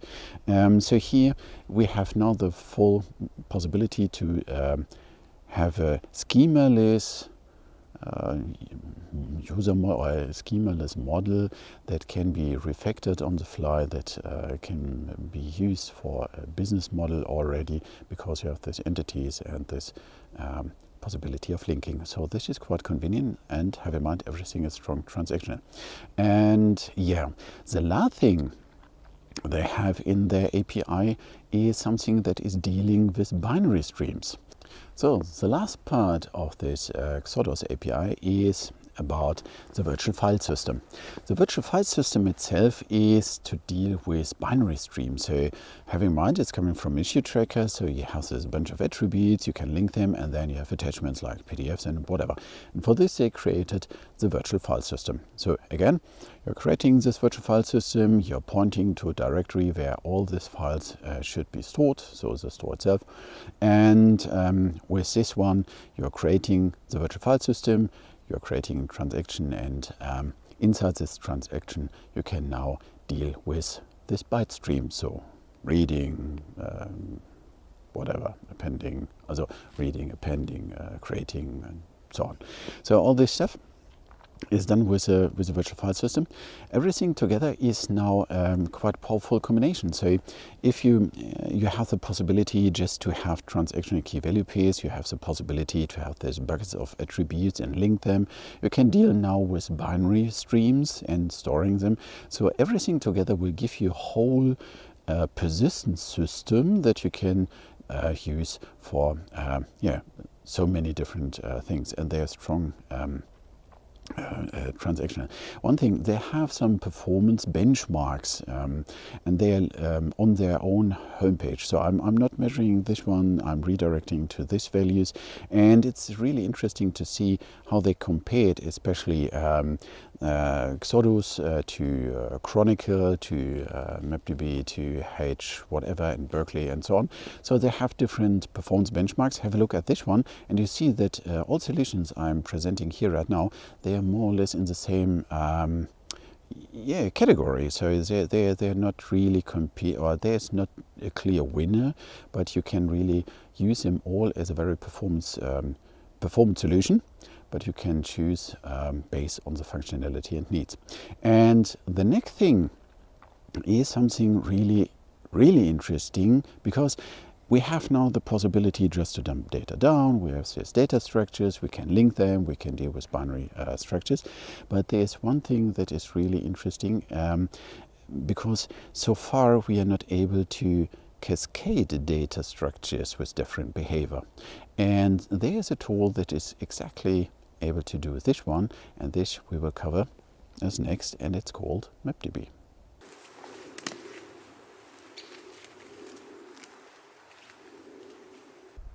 MapDB is from Jan Kotek, and it's on GitHub available on Apache 2 license, and it's under Jan Kotek /MapDB. Otherwise, just search for MapDB and you will find the homepage, the documentation, and so on. I think the most documentation is on GitBooks, or it's called, whatever.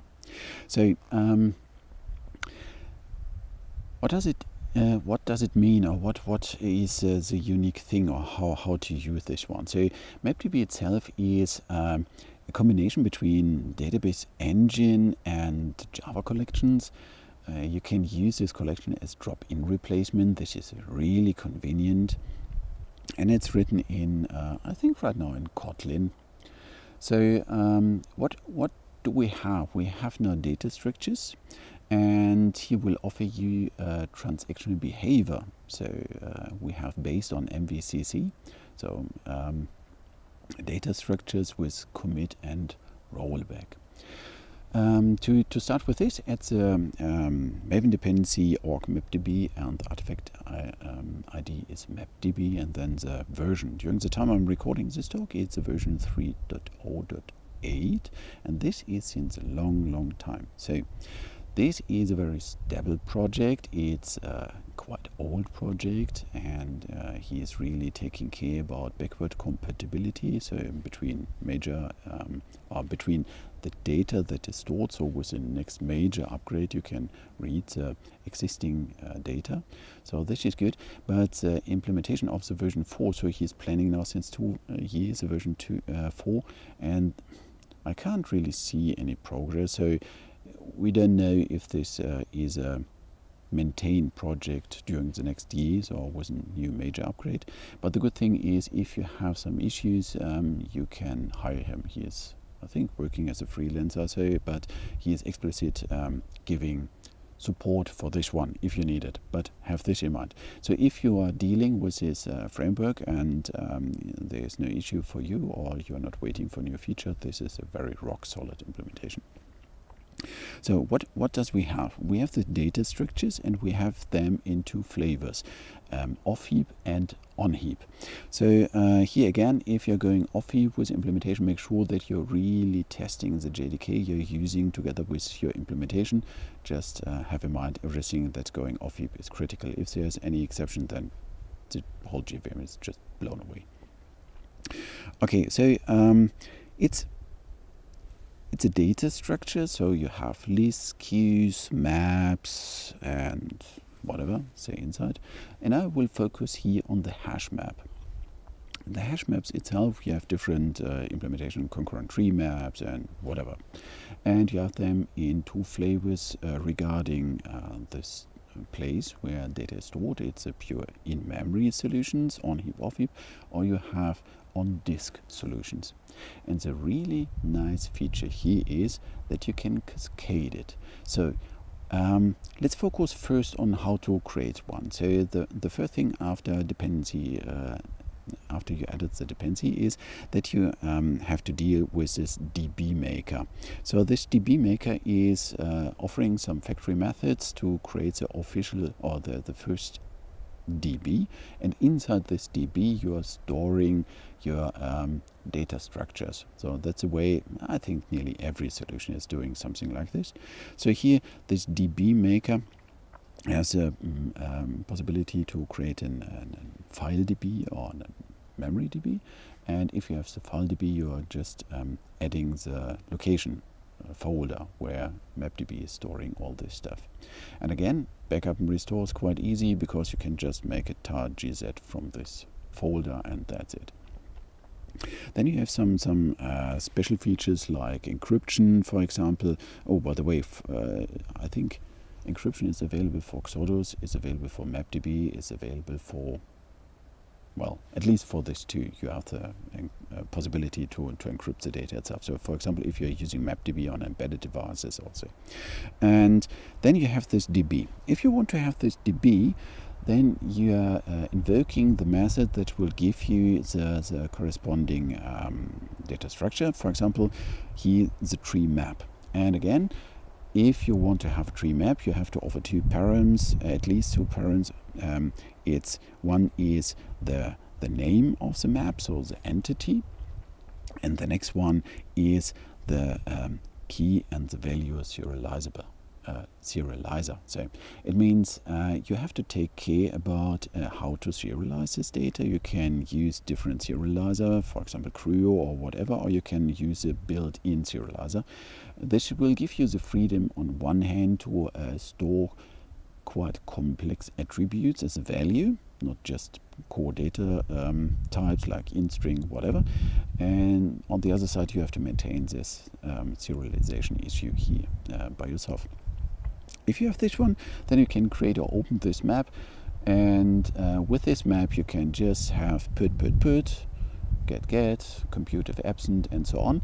And if you want to have this transactional behavior, you can do something like put, commit, then it's persistent, or roll back, and then the map is again in the previous state. So this is very convenient because you have a very powerful tool for dealing with concurrency. But the good or the unique feature here is not only the transactional behavior, it's this cascading of data structures. So how this is done. You can create a map that is just in memory.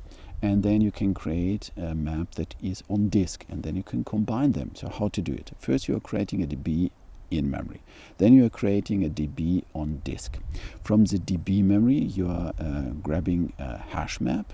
But first, you have to grab a hash map from the DB on disk. So how to combine them? If you have this disk or this hash map that is storing or persistent on disk, then you can start creating the memory solution. And here you're just going the way that you say, okay, create this hash map. And then here you have, I have to read it a little bit because it's too much source code. So the first thing is you're creating this hash map, and then you have the possibility to say something, you can configure the eviction algorithm. So how long it will take until the eviction algorithm is active. You can say something like the work of this eviction work will be done by this dedicated executor pool, and so on. And you have the method expire overflow. And this method expire overflow, that will give you the possibility to put another data structure in. It could be other memory data structure or memory-based data structure, or it could be this file-based or this on disk persisted data structure. And this is very cool. Now you have the possibility to push data into the memory implementation, and if you're writing commit, it will be committed of all layers down to disk. You have the possibility to put data directly to the disk hash map at the same time and committing, and then it's persistent, and the first request on the memory will load it to the memory representation again.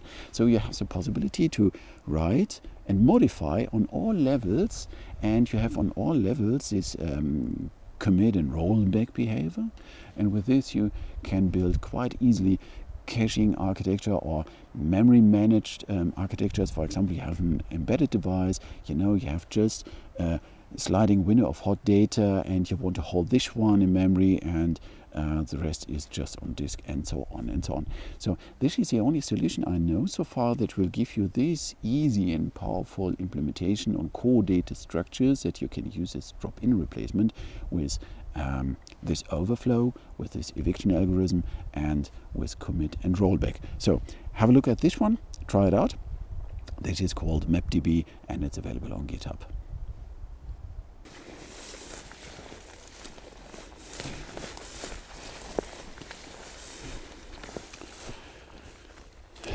So I just love the forest, so you can just go everywhere and take some time.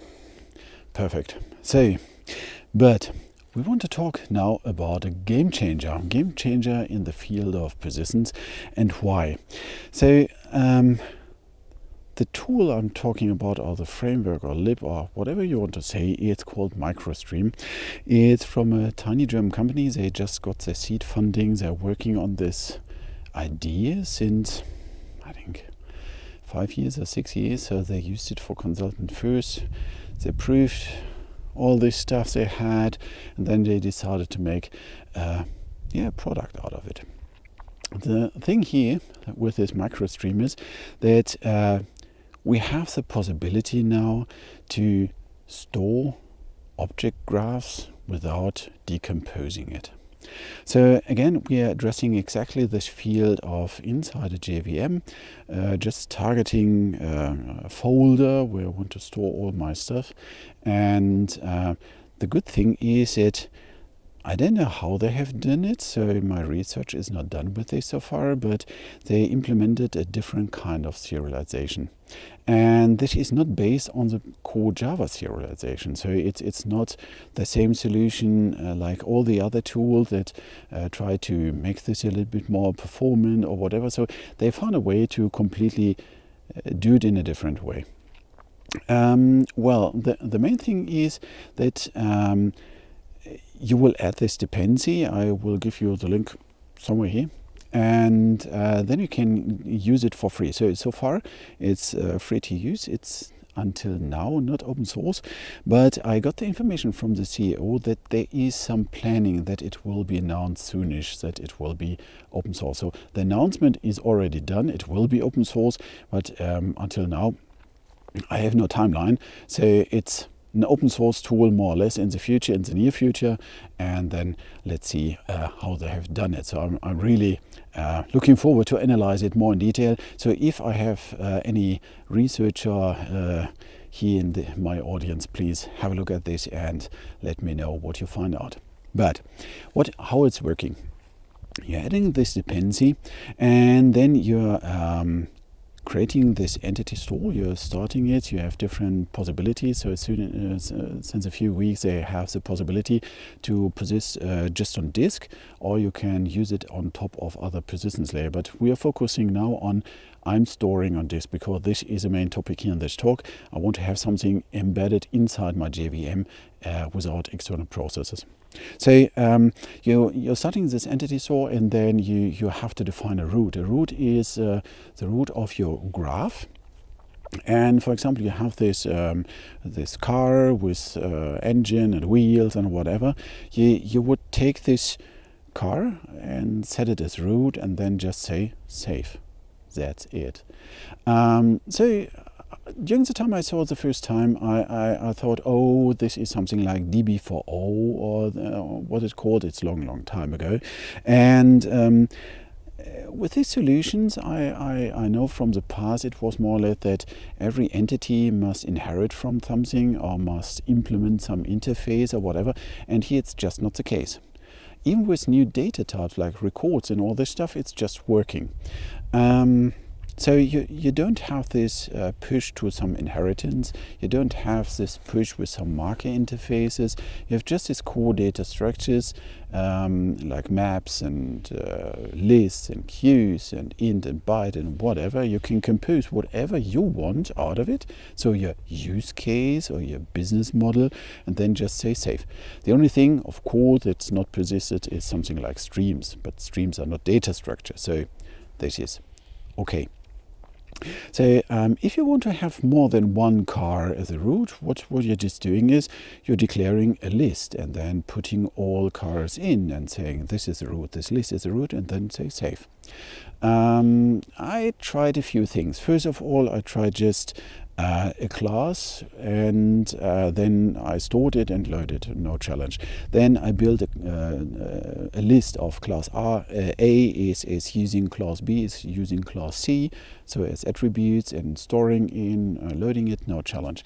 I built a tree and stored it and loaded it, it's not, and I created graphs. So I created rings, cycles inside, and in this it was easy to store and to load. So there was no challenge. Even if I have a graph and I say one time this is a root, loading, storing, and then the next time I'm declaring something else and storing it in a different way. So even this was working properly.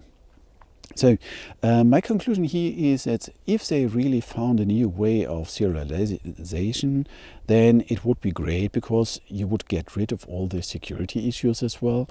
I try to break it. I have some articles on DZone about it, and I will create on my YouTube channel soonish a few videos about this topic because I want to have a more detailed look at this one. I'm just testing it in different implementations because it's fast. It's really, really fast. So I just have my graph and say store, and it's stored. So fantastic. So this is one thing I really want to highlight here, that this is the only solution compared to the other ones, that I don't have to decompose my business model. I don't have to transfer it in classes that can be serialized. There's no need to have different inheritance things or whatever. So even if you have a class, if you have a immutable class like just constructor params and then getters, it's not a challenge. If you have getters and setters, it's working. If you have, so whatever you're doing and whatever inheritance combination you're doing, it's just working.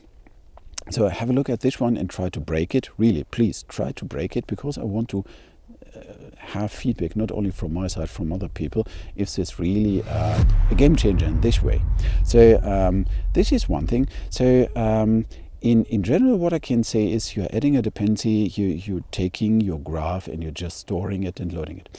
How to deal with big graphs. So for example, if you have a huge graph and you don't want to have everything in memory at once, there is one thing I personally, I think it's not nice, but I can understand that they are doing it, that you have to build these parts where you say lazy loading is allowed at this level. So for example, you have a class A, class B, class C, and you want to have lazy loading for the last step for class C. If you're loading class A, then you have to wrap this attribute in a lazy reference. It's more or less a virtual proxy, and then only if you're accessing this or if you are grabbing this attribute, then it will be loaded from disk. So that's all. Otherwise, you have different configuration possibilities and all this stuff. So for this, check out the documentation. But in general, I saw this is a very convenient one. So yeah, that's it to MicroStream. Thank you very much for attending this talk.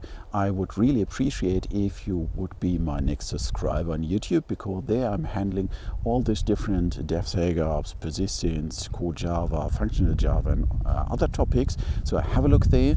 I would really appreciate to see you as my newest subscriber. If you want to reach out to me, you can use every time Twitter, LinkedIn, whatever is convenient for you, but don't use email. Please don't use email. This is very important. So yeah, that's it. Thank you very much and see you soon.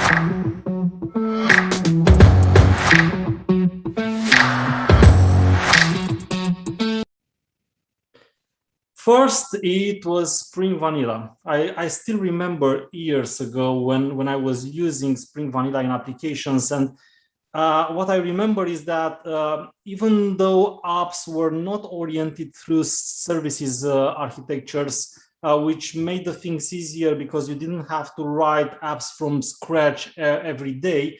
Today we have plenty of services, microservices, architectures, and it makes so that you now have to write one app again and again every day. I still had that pain because as a teacher in this domain, my students and I were always having this problem of writing applications for each and every example. And I can't tell you what a pain was to actually only configure a Tomcat for running a Spring MVC app at that time. So I still remember we spent maybe 20, 30 minutes only for that, which was pretty boring. But today we have Spring Boot. And Spring Boot is quite a powerful tool, as Tudor will show us. Tudor is a Java engineer with more than 8 years experience. And in this session, supported by Cognizant of Vision, one of our sponsors, we will learn more about what Spring Boot is and how auto configuration works in Spring Boot.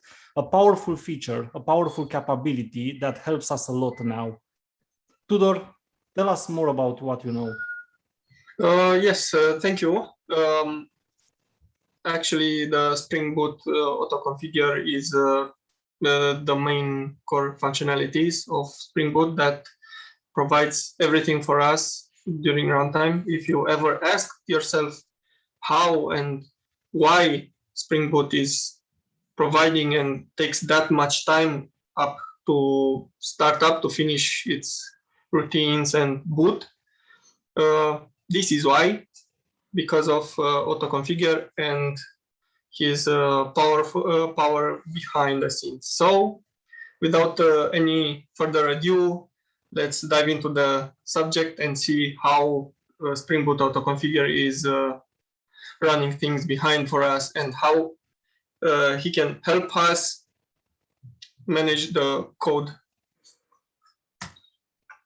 Okay, so first of all, I will talk about motivation, the use cases, the auto configuration part, the core functionality, how it works, how it ticks, and what's there, proposed solution for the use case of code management, some conclusions, and some approfundation topics. Okay, so what's the main goal of any software development is to address problems in microservice architectures like communication. How is that communication is applied? We have several microservices because now we're in the, let's say, the future, and everything is distributed and as granular as possible. So what's the best approach, and what are the solutions for different situations in our development to distribute further or to put things together, use a library, and starting from an ideal concept like to avoid duplication, focus more on business, leave aside the context, use and bring more power to the business, do it once, use it everywhere, and of course, on top of that, we want to automate everything from maintenance and even the business process. Let's see how do we achieve that using this feature. First of all, we have to decide on which path we want to go with our code. Creating a util microservice that involves delays in communication. Of course, it's available to everyone. It's horizontally scalable, easy to turn on, to turn off, high impact to changes if it's util and everyone uses it. It's robust though. It has its own context, and that's it. And yet another microservice to handle, create more, to scale it horizontally, or shut them down. So we need to figure out some DevOps there. Whereas using a library, it's a snappy response, no more communication for some functionality. It's already there at runtime, prepared for us. It scales together with the microservice we're integrating it in. We have a switching on and off feature, inheriting the context of the microservice that's using it. It's flexible, so, and also high impact to changes, because when we are touching generics, it always impacts everyone and everything. So kind of those are the details in balance when we decide something like this, what to do with our code.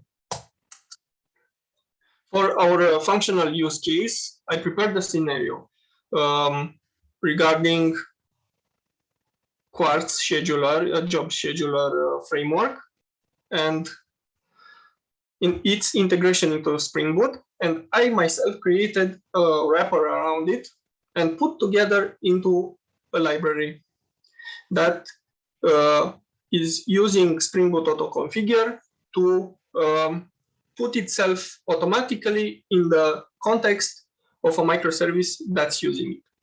This is our context, our technical use case. The business that I prepared for you is generating reports asynchronously, automation of maintenance, automation of business. We're generating reports using jobs. Start from where we left, meaning that when we create more jobs, the business is expanding, which is very nice. The other jobs that we had to stop to redeploy this microservice, they're gonna start when we redeploy. Dynamic system routines management. I prepared on the right, you can see the REST API that the library comes with. We can add jobs, remove jobs. We have a history, we have some traceability, which I prepared, and of course, the flexible scheduling mechanism. The technical use case, basically what the functionality that I talked about, it's packed into a non-executable jar file, and the Spring will take it and add it, auto-configure it to the context of the microservice that needs this generic code, right? So basically what we have to do into our microservice, doesn't matter if it's new or it's legacy and we need to expand it, just go to our POM file and add a simple dependency. And there we have it. That easy. So as I said, I will reiterate, it's very important. We're gonna focus more on business development, and we're inheriting the functionality without copy-pasted, duplicating, and unit testing and whatever. It's dependencies, as we're gonna see, we're depending on a database, so we're gonna inherit it from the microservice itself. So everything is there just by using this dependency import into our POM file. What exactly is this auto-configure? It's a way to automatically configure a Spring application based on the dependencies that are present on the class path. So without any hidden ideas or hidden context, it's exactly the word for word here. This is what auto-configure does. It takes our dependencies and adds them during the boot time and prepares that functionality at runtime. Let's see the steps, the workflow. How does the auto-configure is doing all of that? Well, first of all, when we first click on start our microservice, first of all, the Spring is going to search for our auto configuration classes. Those are special configuration beans. And it's looking everywhere for them. The second step is the usual component scan. And then after we have our beans, we're going to execute all our logic of auto configuration of all of them that are present during the boot time. There are several auto configurations, not just ours in this example. So basically, when searching for auto configuration, we're looking into Spring factories files that our libraries must have in order to be auto configurable. Spring framework is reading those files and those descriptions and rules of auto integrations into the Spring context, so that we even Spring Boot even follows the rules of auto configuration. It's not that simple. We need some preparations before, like preparing a database resource, like preparing some external resource to talk with into our library. So first of all, we're gonna prepare those dependencies, and afterwards in our Spring factories, everything is stated when and how our library is being prepared at the runtime for Spring context to use. So as I previously said, we have this auto configuration class of our own. We have some conditionals where we depend on a data source. We depend on Leaky Base because we want everything to be auto deployable. We have structures that we need a database model and deployed automatically at runtime. We don't want to touch or ops anything. So just click run and that's it. Conditional on single candidate, we need a single data source configured for us. Conditional on property. Well, regarding properties, as you're already got used, we have those applications, application YAMLs files and application properties, and we have a lot of configurables there. So our library also comes with such dedicated properties by our own created in order to handle this logic, the on-off switch generic scheduler enabled, true or false. So if it's missing from our as default value is false. If it's missing from the properties files, then we're not gonna activate this functionality. Conditional on expression, meaning that we can create logical expressions in there, and if all the conditions are met, then we enable this functionality. Let's say we have generic scheduler enabled false and Leaky Base used already in the microservice, and it's true. We're not going to enable our logic because we don't want that generic scheduler to be enabled. It's on false. So this is how things work.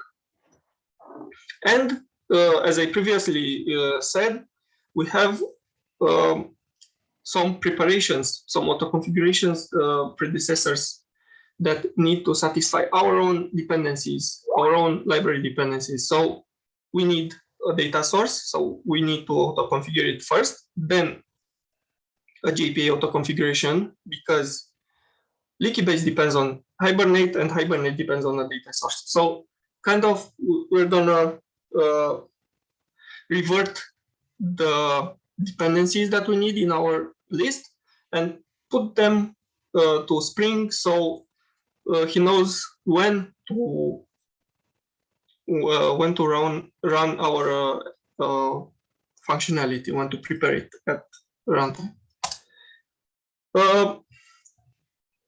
More into details. So I said previously that we need a Spring factories file. Well, this file is the descriptor of auto configuration. this is how Spring Boot knows how, when, and what are the dependencies of those libraries on other libraries, on other beans during runtime, when and how to prepare that functionality for us. This is very important. So as I said, we are gonna start our demo application, very good. Runtime starts to run our Java code. We have Spring Boot application, we start booting, then the components scan. Of course, we have behind Spring Boot application annotation, we have enable auto configuration, we have component scan and configuration. And behind all those, we have the scanning of the presence of Spring Factories files and reading them. And as I said, putting all of them together to see the rules of auto configuring is not that easy to have a simple configure bean and that's it, my library is auto configurable. No, we have some conditions. And as you see on top, I prepared the rules for our context. The library that comes with our functionality looks like this, and we have a history controller, scheduler controller, the part that is the API, REST API that comes with our library. So we can inherit it and available in the inherited microservice. We have the wrapper on the Quartz and repositories and the interaction with database. So we are closely related to a database and we cannot operate without one. Let's see how we use it. So we have our microservice that's using our library. This is the API that you saw previously, and it's inherited automatically into our microservice. Of course, we extended the jobs. We need some business. We generate some text. I prepared some business context. So nothing other than this.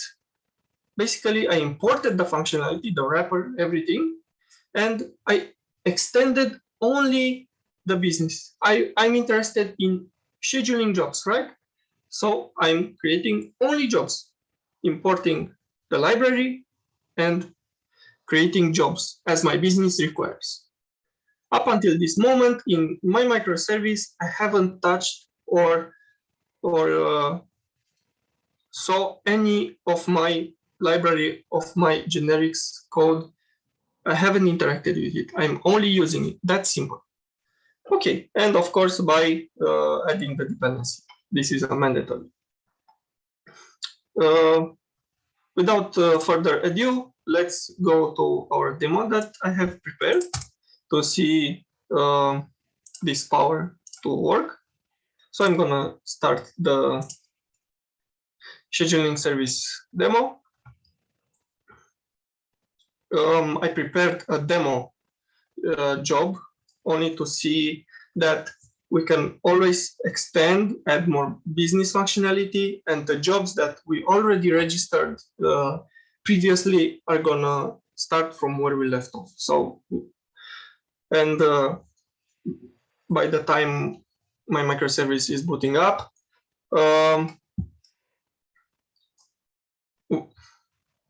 yes, I have hit a breakpoint to see that all the jobs are not left behind. I'm gonna add them to the context and rerun them.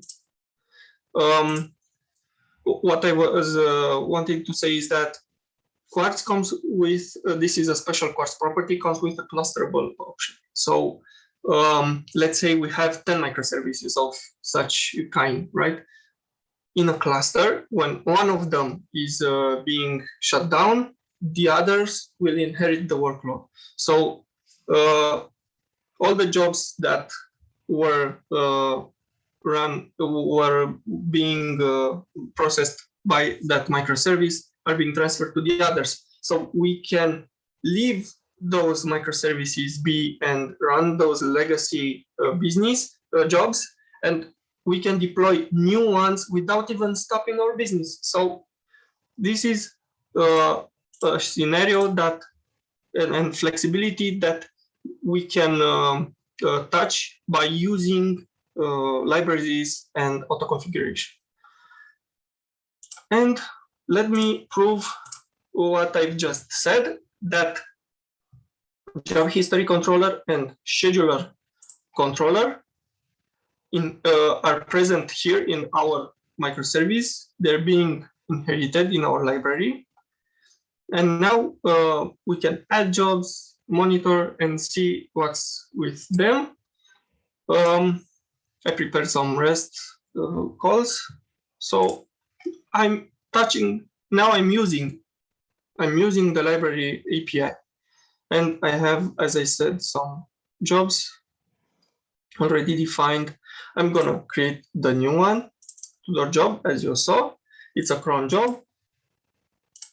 Let's see if this works. Very good. I added a new job at runtime.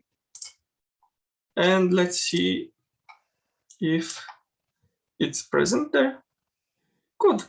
Now, at runtime, without even redeploying, I added a new job. I can edit, this is my wrapper, my functionality. But what I'm trying to say is that everything is happening during runtime. I'm not touching the generics, I'm not touching the code. I don't want to redeploy or have downtimes or anything of this sort.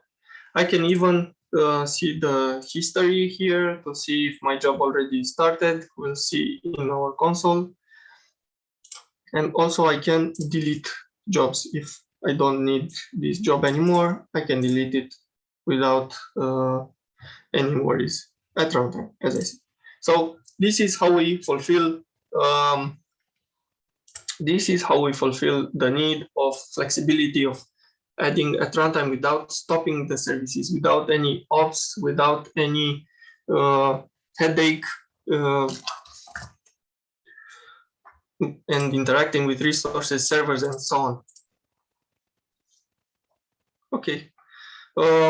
As I have shown you in the presentation, this is actually the library. This is our core, our entry point in our library. This is how Spring Boot knows how to read our code and get more into our library. We don't want to mess with component scan. We want to show it what are our beans, because messing with component scan, it's messing with our context, with our microservice beans. So they won't work anymore. We want to be as decouplable as possible. If now I'm stopping this microservice and deactivating my functionality, now you're gonna see that yeah, I've stopped the microservice harshly, so the framework hadn't had the time to save its state and so on. So for the proof of demoing, I'm gonna restart it with the scheduling functionality with my business deactivated, and let's see if this works. By the time it boots, we're going to talk about the library. So as I said, we have this entry point. It's not an executable jar file. It's only simple library with auto-configurable bean. And here are my rules. I have a leaky base dependency. So those are my conditions of using leaky base, and some repositories I'm preparing. So everything is here provided by Spring Boot after the data source is being provided for me, after the Hibernate JPA is being configured, after leaky base dependency is satisfied, and of course my data model is present already in the database. Then we're gonna run our code here and start adding beans to the Spring Boot context and so on. Yes, let's see. And it started without any third-party dependency, without our dependency, our library functionality. This is what I wanted to show you, that we can harness this power of auto-configure to inherit and auto-configure simply by adding a dependency and providing the functionality from behind without even touching it, and it's there. Okay, so let's jump to the conclusions. As I said, it's switchable on off. We have properties here and our own properties, our own rules of sanity of our logic, and is as decoupable as possible. Okay, so now I guess we reached our Q&A session. If any questions.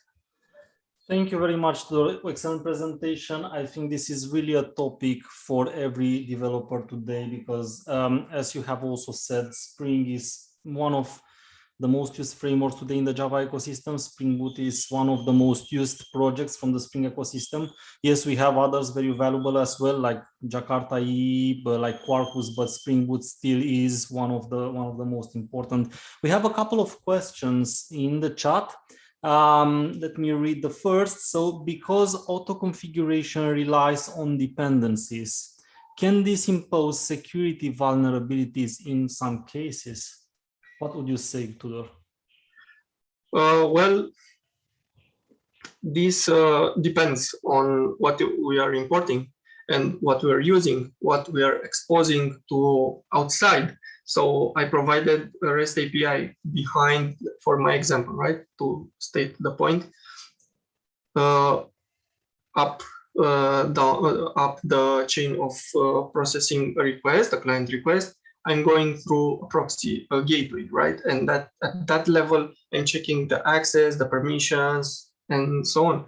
So security liabilities comes from what we're importing, depending on the context we have. Basically, anyway, that's a really good question because security is a really strong point we need to consider today in software development. But isn't that the problem of any application? Does it matter or not? It's Spring Boot one. I mean, you can put your dependencies there in whatever app you have, and you can by that introduce vulnerabilities. But from what I know, and I'm not sure if that's your case also in your experience, Tudor, we also have these kinds of restrictions at the enterprise level where we have these kinds of repositories that don't allow you to download any kind of version or any kind of dependency. So whether you want to put them in your POM XML or not, you won't be able if the security department did a good job, isn't it? Of course, we have a local repository and use it, and that's our access to outside repository. So, of course, but what I'm trying to show you, what I've shown you today is that we're managing our code ourselves. So we're importing the libraries we are creating because we want to manage the code to make it more generic, flexible to use. So the security is on top of us. And actually about flexibility, because we have a second question here, which says, how much of the auto configuration can one customize? Well, it's limitless. It's limitless. Of course, because this is a principle that Spring Boot is offering us. So we're not restricted to any stack of dependencies or technical depth, but of course, with the amount of auto-configurable dependencies, we're coming the amount of time and headache we'll have to integrate everything into one library. So my advice would be to separate as much as possible and extract what's heavily used.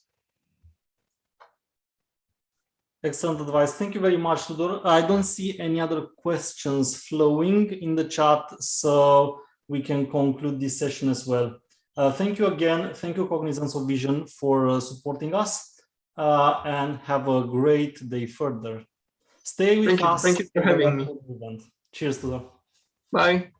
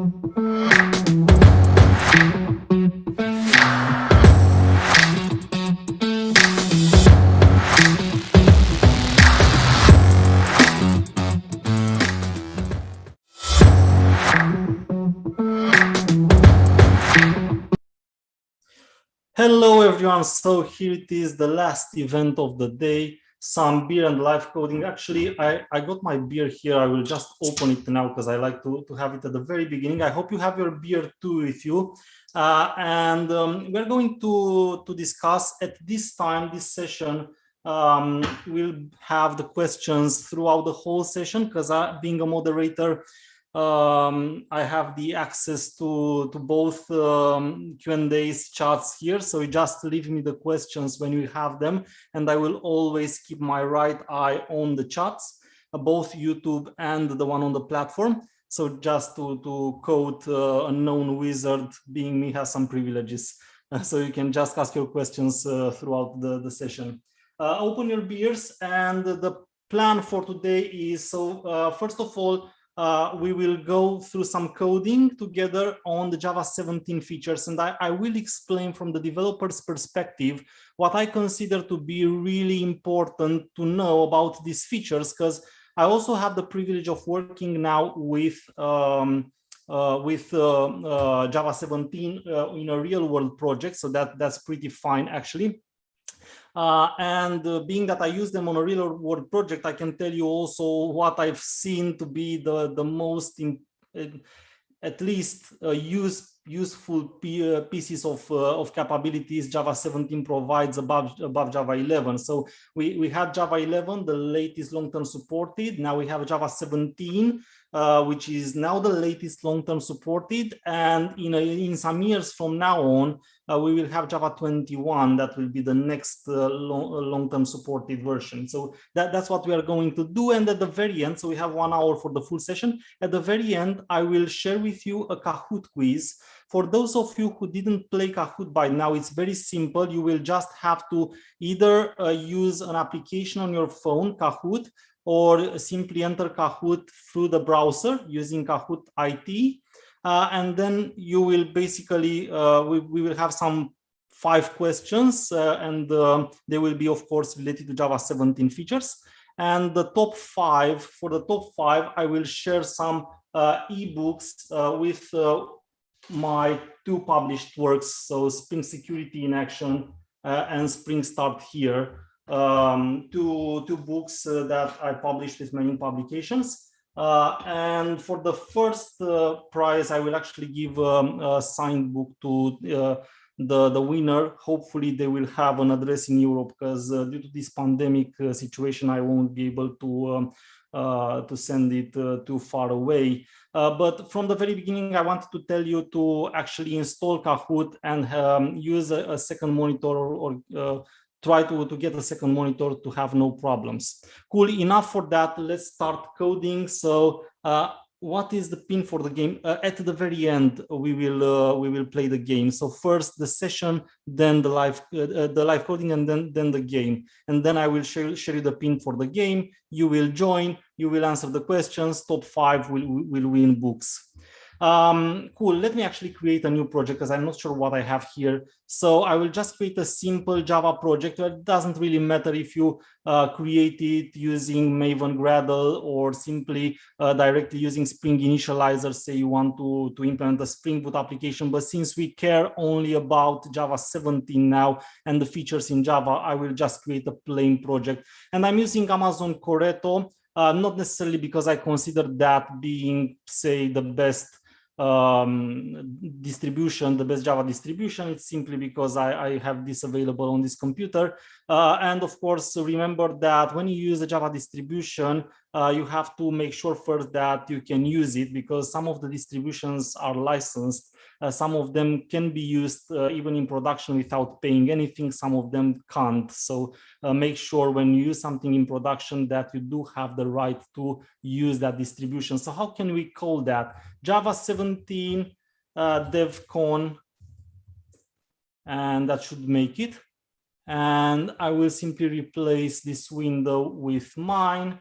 And let's start by creating a package and then a class inside the package. And the first feature I'd like to discuss about is sealed classes. And you might wonder, why sealed classes? Why did I choose sealed classes to discuss for the very beginning? Well, I chose sealed classes because I find that to be one of the least understood features in the new capabilities Java provides. Many people ask me, why do I actually have to restrict the inheritance of classes? Because what sealed classes do actually, and let me give you an example to make sure that you know what I'm talking about. If you have a class or an interface, so you can basically now just use the keyword sealed, and then you have to specify explicitly who is able to inherit this class. So see, if I added the word sealed here, now my IntelliJ, which is the IDE I use at the moment, tells me that a sealed classes must have subclasses. So you can't have a sealed classes without subclasses. And that's a good reason for that. But it's not only that it can't have subclasses, is that it needs to specify explicitly who can extend that. So in my case, I need to say A permits B, meaning B is allowed to extend A, and then of course the other way around should work as well. So B then needs to extend A, because it makes no sense in this case to have that class not extending it. So with this, now I also have to mention if B is also sealed, or I can unseal it, or I can make it final. So for example, putting a final here will get rid of all the compilation errors. And what I made here is that I created my B class extending A, and B is able to extend A because A permits B to extend it. So basically sealed classes is a way to apply constraints on the hierarchy of inheritance. And now I will basically go back and discuss about other similar features that have been added to the Java language since Java 9.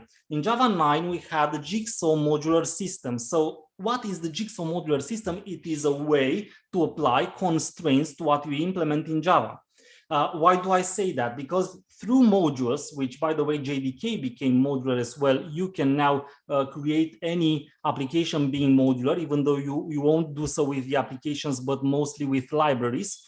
You have the possibility to restrict what can be used from outside of a module, and even to the granularity of saying, I want this feature to be used by everyone. I want it to be used by specific modules, or I want it to be used only through reflection. That's called opening the module.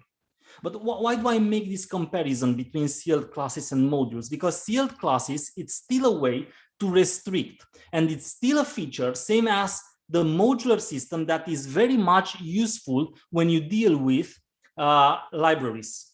Because a library, what is a library? You as the developer of a library, you put some capability inside. It can be any capability, just imagine it.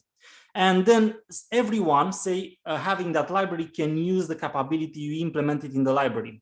But now think about yourself, not as the developer of the library, but as the consumer. So you are writing an application and you want to use a specific library, which is the most encountered difficulty in using a library is the fact that you might not know how to use the library. And then of course we have the documentation of the library, say, but we might have APIs that tell us how to use a specific method or a specific class or a specific interface. But if you use the library, was that always enough for you to understand how to use that specific library, or did it take a lot of time just because, and that's what happened to me in many cases, I really didn't figure out from the very beginning which classes out of the library should I really work with, or which classes I shouldn't touch, because some of the classes in the library are internals and you don't care about them. Some of the classes are those, or interfaces are those that you use that make the interface with the app consuming the library. So one of the problems with this has been solved by having modularity, because now having a module, you can actually implement your library as modular. And implementing your library as being modular, you can say whatever can go outside and whatever has to stay inside. Before modules, you couldn't do that, because with packages, it was actually more difficult. You couldn't have a way to say this package only shares classes to this package. With modules, you can do that.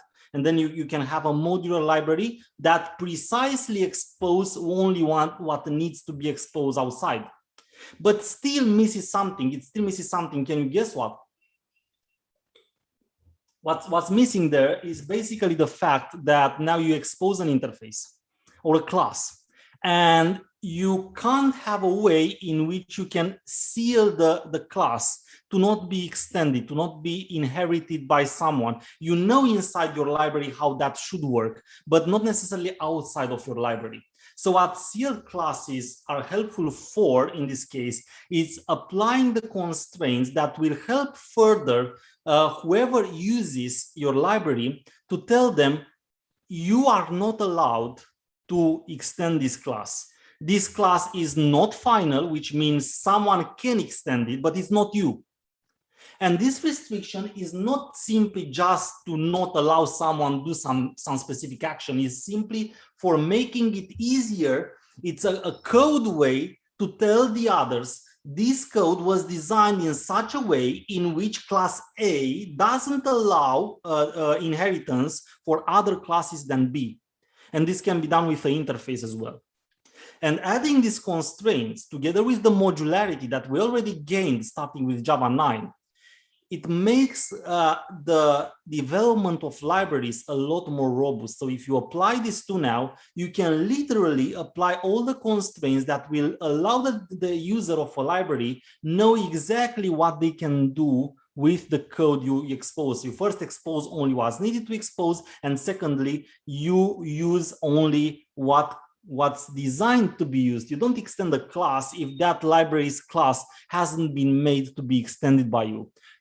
Do you understand what a big advantage this is? So it's true, you should still read the documentation.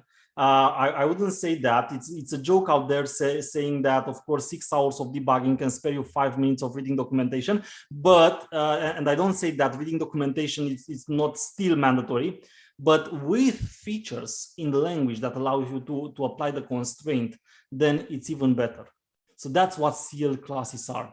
So now through this, you can say, of course, you can create a sealed class, and then it makes a lot of sense. I think you might wonder now, you might have, I don't see questions. If you have questions, remember that I have an eye on the chat, but you might wonder, why should I made it final? Well, basically, it's not that I need to make it final. I could make it final, and that means you can't extend it anymore, which is fine.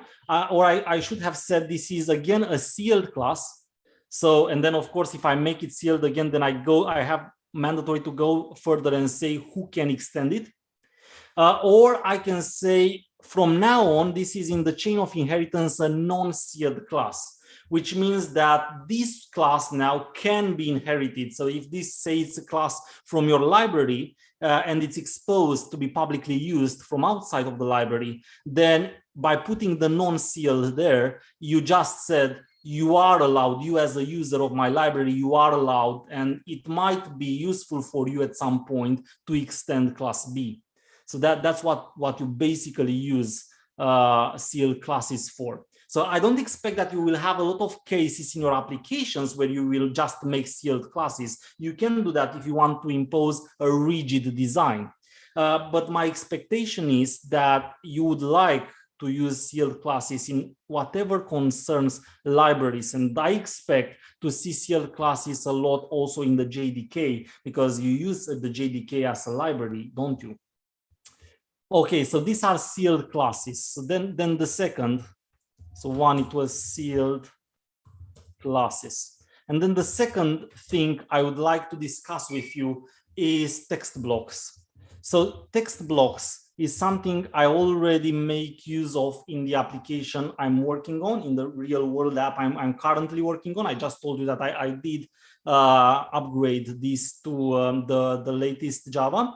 And maybe text blocks seem to be the most valuable asset I got in Java 17 by the moment. For those of you who don't know what I'm talking about, text blocks allow you to define a string inside these new operators here. So imagine you have a query like select something from a table.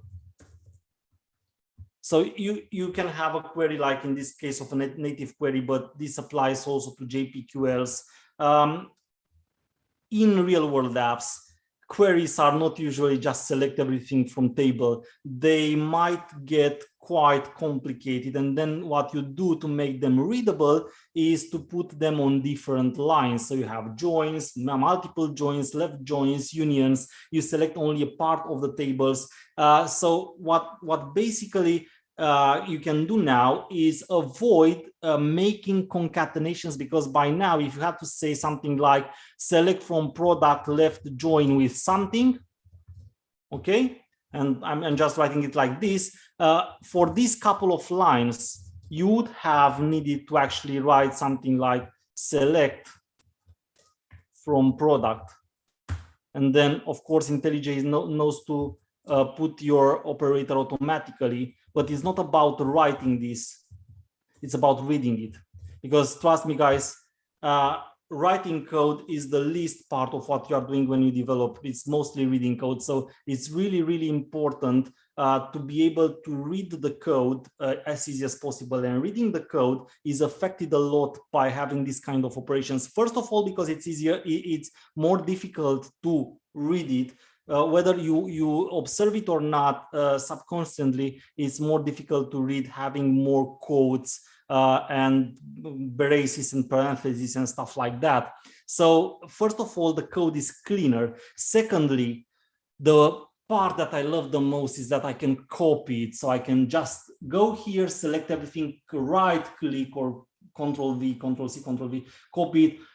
I don't have, so if I do that, I just copied everything. And imagine me now copying some kind of query. I do some profiling. I find the problem with a query, just latency problem. Maybe it's missing an index. Maybe it's poorly written.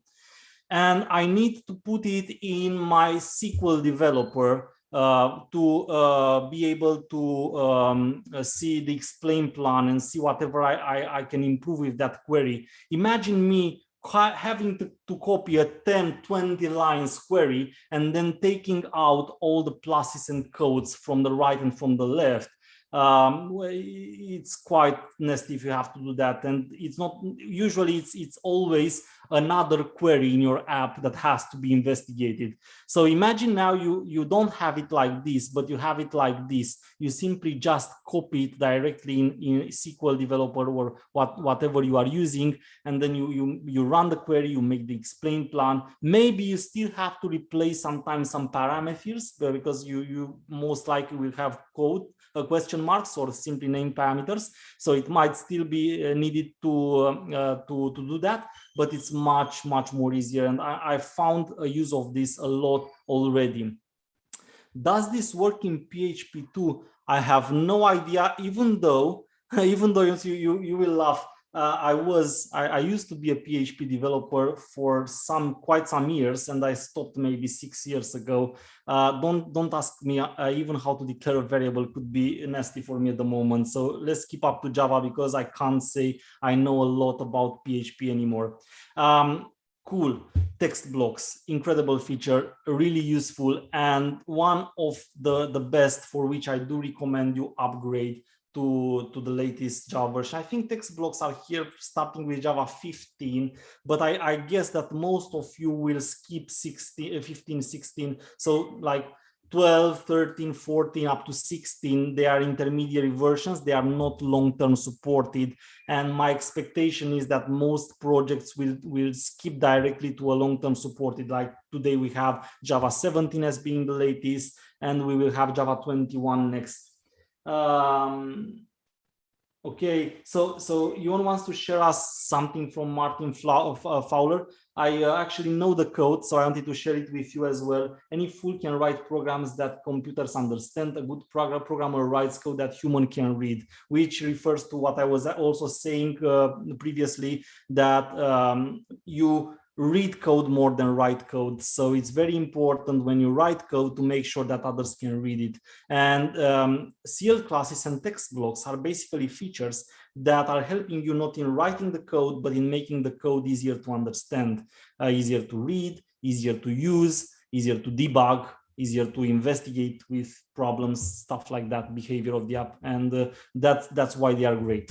Point number 3, records. So I love the fact that I can now sometimes define immutable types without writing a lot of code and without necessarily needing to add dependencies to my projects, like Lombok in this case, because records are a way in which you can minimize the writing of the code. So it's still same as CL classes and text blocks. They are features that allow you write code easier to understand later.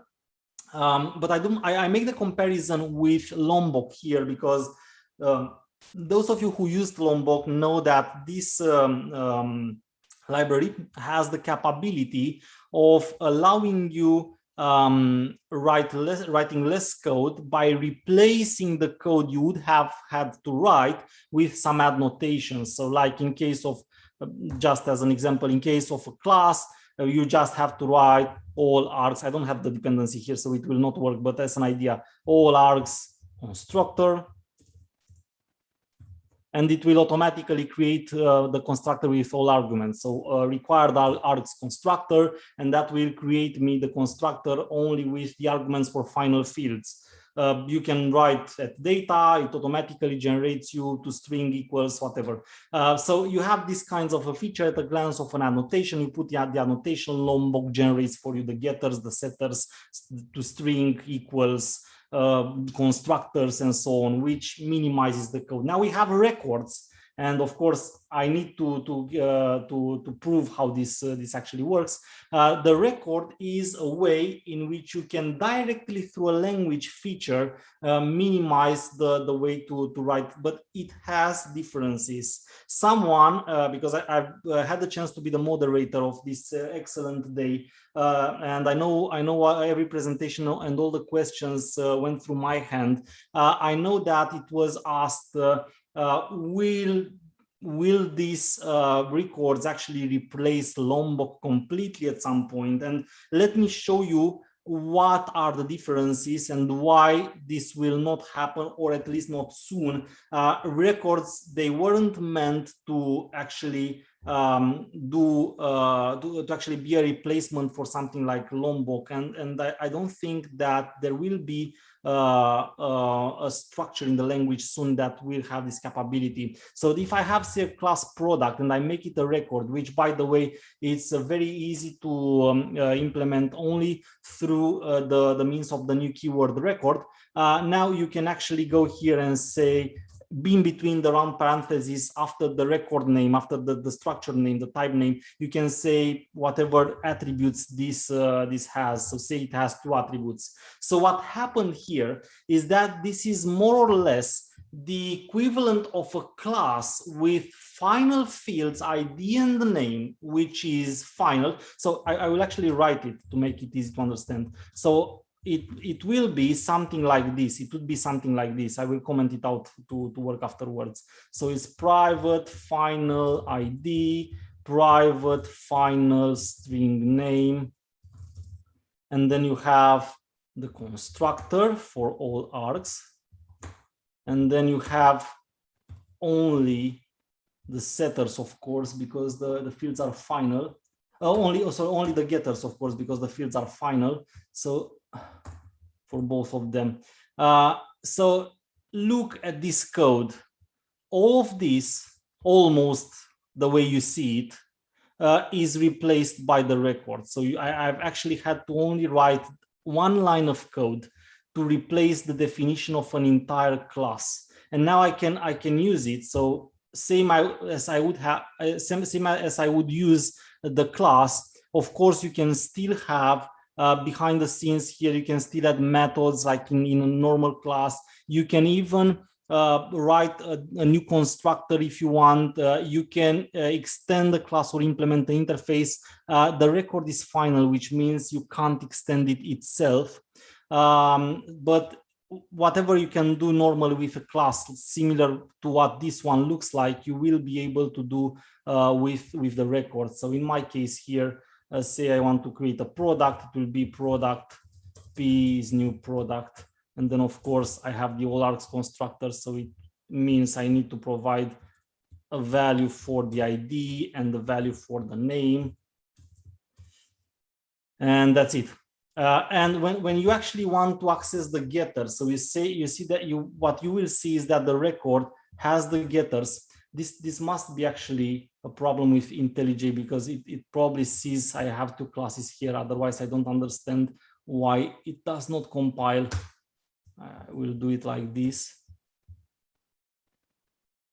It still says a duplicate class. So a little bit of a bug from IntelliJ. Let me recreate it just to make it compile.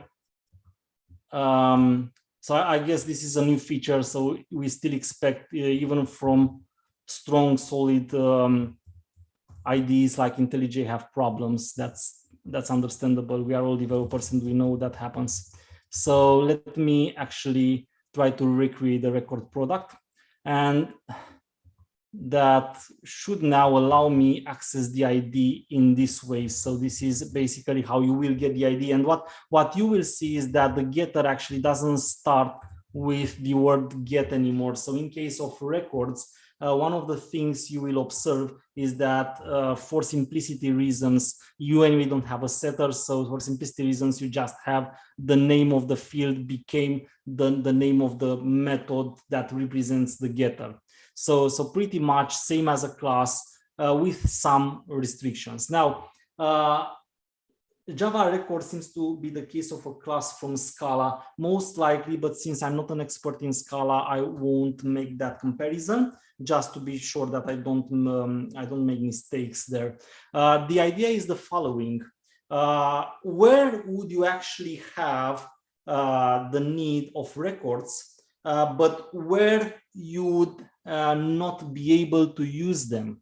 So is that actually my product, say JPA entity could literally replace my JPA entity class? So can I just have that Hibernate entity created as a record? That would be a question. And then the answer is it depends. So theoretically, for some features, it might actually even work, but I do not recommend you do so. If you analyze the situation here, you will observe that this record will always be a final class, which means that you can't inherit it, which means that if you want to create a dynamic proxy over it, you might encounter problems. The second thing is that JPA is a specification that tells that the updates are based on updating the fields of the instance, which instance it actually represents a record in the database. So if you can't update the fields, then you can't make updates. So your queries actually might even work. Like if you just make a select, and I even tested that, and it works because it just sees it as a normal class. It has a constructor, uses the constructor, and that's it. But you can't guarantee that, because JPA doesn't tell you how will the injection be done. Will it be through the constructor or will it be through the field? So that's why even though you might observe some operations might even work with JPA implementations, I don't recommend you rely on that, because they might not totally work, or maybe not at least whatever you'd like to do whatever you like to do, all of them will work.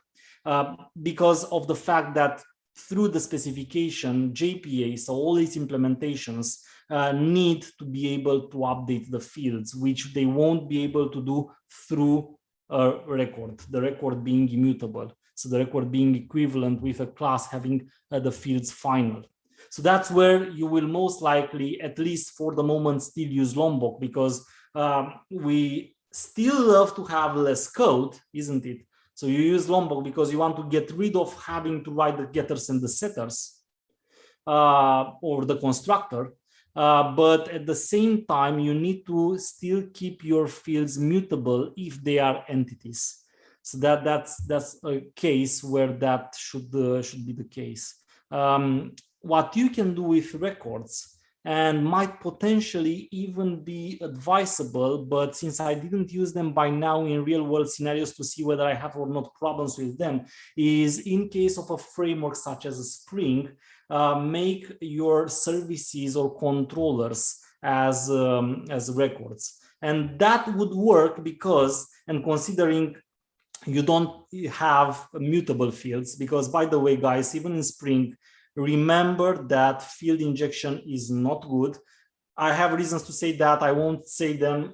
If you are interested, I have some other some other videos out there on my YouTube channel where you can follow me as well, and I explain why that is the case. I also explain that in my book Spring Start here. The idea is that you anyway theoretically keep your at least the singleton beans. If we are referring to Spring now, you want to keep them immutable. So being that they are anyway immutable, you might be able to define them as records. However, I'm not sure I see a use case other than maybe simplify a bit, minimalize a bit the number of lines, because going back to what best practices also says, not only that they need to be immutable, but you also have to make sure as much as possible that you keep them with a short number of fields where you inject other beans. The more fields you have, the most likely is that you don't fulfill the single responsibility principle in Solid. That's kind of a metric to know whether you have too many fields you inject. Remember, you might always want to take a look and see isn't there a problem with maybe I have too many responsibilities here added to my class. So it's quite debating if in this case using records or not would make a good decision. And of course, besides the records, then what we still have here is number 4, the switch. So I found the switch quite useful, and whenever I was teaching the switch structure to my students, the beginners, there were at least 2 problems that usually the majority found difficult to grasp at the very beginning. One of the things is the fact that you always had to put a break wherever you wanted the conditional to stop. If you didn't add the break there, then you had multiple cases. They will go up to the point where a break was found or the end of the structure. And in my experience, most of my beginner students, one of the biggest mistakes, one of the most encountered mistakes they were doing with the switch is, of course, forgetting about adding the break. Yeah, that's one of it. And the second of it is that a lot of people forgot that they can actually add multiple cases one after the other and then have only the code once. And that was, to be honest with you, difficult to understand in general if you were analyzing now the way the old approach of writing the switch looked like. So I still have a question. Do the record class come with some builder methods? No. or you will always have to use the constructor with full arguments list. So from what I know, Ion, they don't come with kind of a builder. So that's maybe also a point where you can say maybe you'd like in some cases use Lombok over a class rather than a record, because if you have multiple rows, then it's better to use them with a builder, instantiate them with a builder, other than having the constructor. But for the records, it will always be the constructor because the fields are final. And then companies still have Java 8 in prod. Yeah, I know, but how many years do you think the majority of industry will be able to migrate to the newer LTS versions? It's not for me to guess the future, unfortunately. I would like to be able to do that. But yes, I know there are still companies using Java 8, sometimes even earlier versions. And that happens a lot where they are maybe linked to a technology such as, for example, having to deploy their apps in a web sphere, Glassfish, or any application server that doesn't support a higher version. And that's pretty, it's not quite okay that you need now to depend to an external dependency. So getting linked to something is an architectural decision that you have to take from the beginning of your app. Whenever you link to some kind of capability, something else provides you to the app, you know what you are doing. So if you started your app and you started it depending on, say, WebSphere, then you took a responsible decision, and now if you are stuck with a Java version because of it, and potentially need to rewrite the application, is a consequence of that decision. And that's not necessarily happening only with application servers, because I don't want to blame on something now. It's just an example, but it's the same when you make your application dependent, for example, on a specific cloud capability. Say you use AWS Lambda, it's the same thing. So that will make your life more difficult when you want to move your application to another cloud solution. The idea is that for some applications, it will be more difficult to upgrade. But for those applications, because there is also this case, for those applications where they can actually do that, guys. So you will basically gain a lot of advantage from the newer versions, trust me. And my rule of thumb is I do upgrade as frequently as possible. And that's not only for Java, it's also when I use a kind of a dependency. If I'm working now with Spring 5 and Spring 6 will soon be out there, then I will port my app to Spring 6 now, rather than waiting a couple more years. Because if you wait a couple of more years, it will be more painful to upgrade. The more you wait, the more painful it will be to upgrade. That's a rule of thumb I have. Of course, it doesn't necessarily mean I'm right with everything, but that's from my experience what I observed. So what now you can do with switch, because I was just jumping from one thing to another, is if I have to write a switch based on a specific condition like this one, then I can say case 10, 20, 30, and then I can still use that normal simple the break we used to, and have things in between, like here something, and then you can have some other case and the default in the end if you'd like. So you can still use this way of writing. But you can now even use a simpler solution where you don't have to use the break at all. So the same thing I can write, like if I have to switch and then say 4, 10, 20, 30, and observe the comma here. So I simply separate the values. I don't have to say case 10 colon, case 20 colon, case 30 colon. I have case, sometimes many cases, and I'm almost always forced to add a break at the end. Now I simply just do something like that, and it's a lot easier to see, to read, and especially when the switch is in a real world scenario, it's a bit more complicated than having some numbers, but it's a lot more easier to read on a single line whatever you do here. So for some specific values enumerated, left to right. For most of people, it's easier, and on a line, it's easier to read than vertically. And then, of course, the same principle here. You have the arrow, and it tells you exactly this is what happens when case is 10, 20, 30. And that helps a lot in readability. We are already using that. It's a proof fact for our project. We replaced some ugly switches we had with the new approach, and it spared us many lines of code, making the code a lot easier to understand. That's basically it.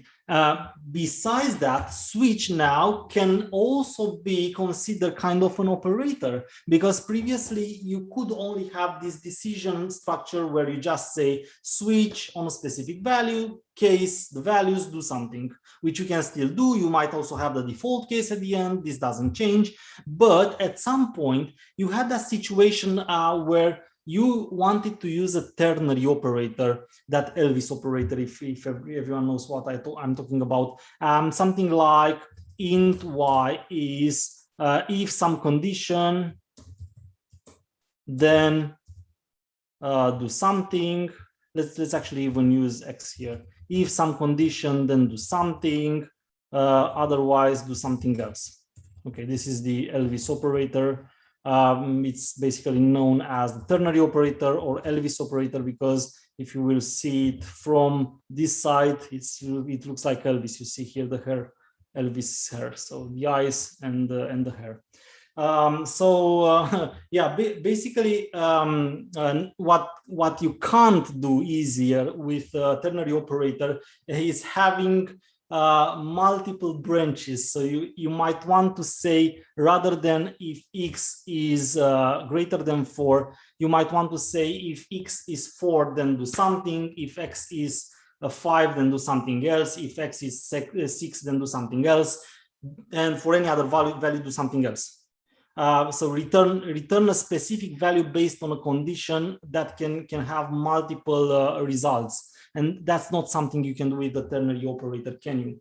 So, but it's something that you can do with a switch now. So you can say switch x and then case 4, 5, 6. So for any of 4, 5, 6, return 100.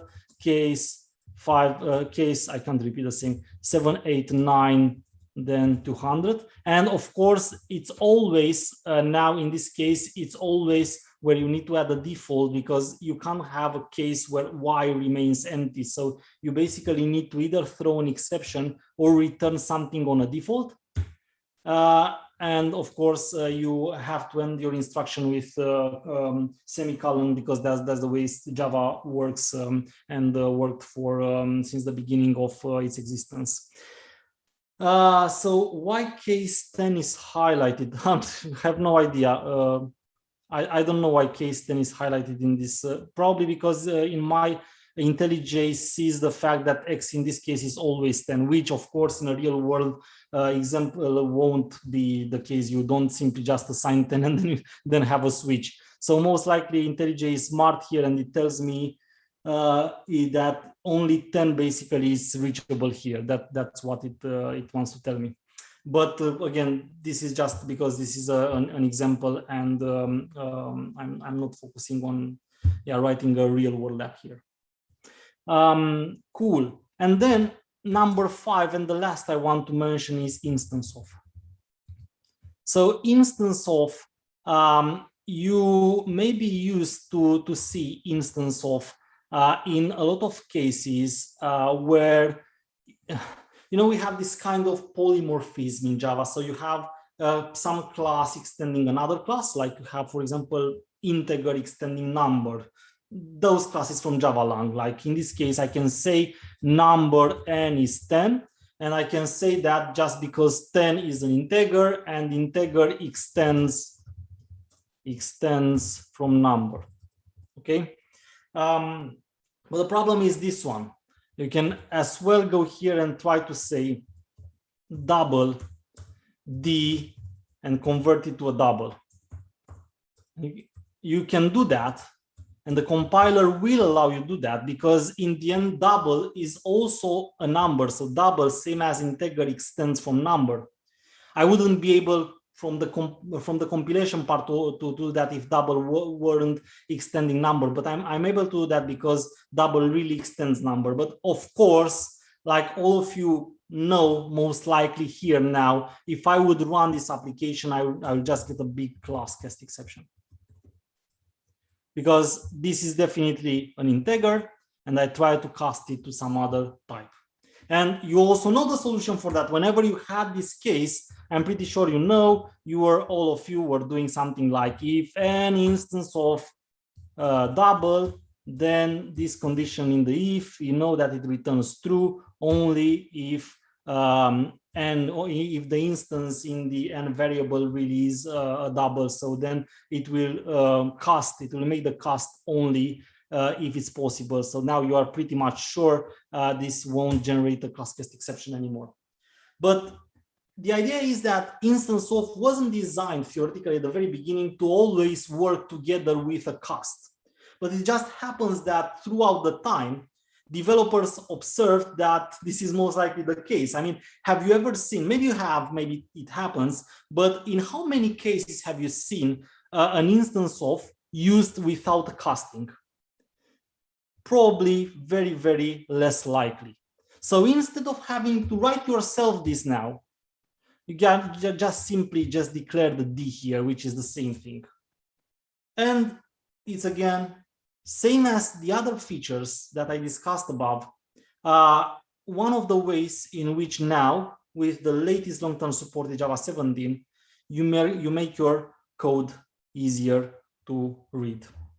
And this is the last feature I wanted to discuss. And now it's almost the end time. And I think we discussed plenty of interesting things about our Java 17 here. And hopefully you will use these features, especially the ones that we discussed and you hopefully understood. If you still have questions, of course, you can still find me, and I do encourage you to find me on Twitter, LinkedIn, and of course YouTube, because I have a YouTube channel and you can find me simply by name. And you will find there lots of material, and ask me questions there as well, and I will be really, really happy to answer them and discuss with you. Let's finish our beer with a Kahoot and see who are the lucky winners of some of my books. I both have the Spring Security in Action and Spring Start here that I will randomly give to the winners of the Kahoot. So please prepare your Kahoot by either installing your application on your Android or iOS device, the Kahoot application, or opening Kahoot IT in one of the tabs of your browser. But make sure you still have on a screen my presentation, because the question will only appear here and you will have to answer from your own tab. So it's best if you have two screens. If you don't have two screens, do use your mobile app instead. And then at the very end, this is my email address. You will, if you are one of the 5 winners, the top 5, then you make a print screen to prove that, and you send the print screen on my email. And proving that, I will then give you the voucher you need, or for the lucky winner of the printed, I will ask you for the address and details to deliver you the book. So that's how it works. You can use whatever name you want. It doesn't matter. It doesn't have to be your name if you are not comfortable with that. You don't have to share any private information. If you want to call it yourself in a way, just call it in whatever you want it to be called. But at the very end, you will print screen. If I don't get that print screen, I don't know you are the winner. If I get a print screen that proves your place in the Kahoot, then I will know you are the winner. So that's how it works. So do note this down, and I will also put it actually later in the chat. And let's start the Kahoot, can we? So I will immediately show you the code.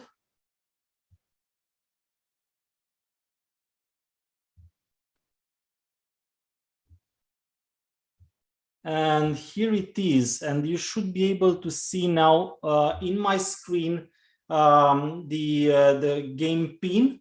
So the game pin, which is 1110142, is what you have to input in Kahoot IT. Well, we have already people joining. I will wait for a bit of time for everyone to have the chance to join. Please do that fast, because I think Kahoot has a limit to 100 participants. So if you have joined later, you might not get a place into our Kahoot here and get the chance to win a book. So let me also write my email here meanwhile.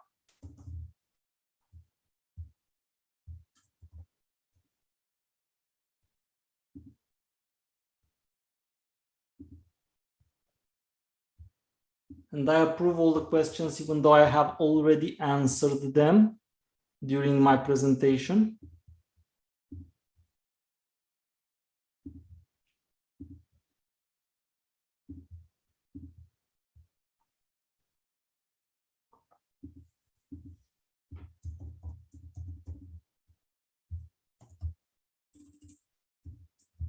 If you don't like my email, you can also send me the proof on LinkedIn.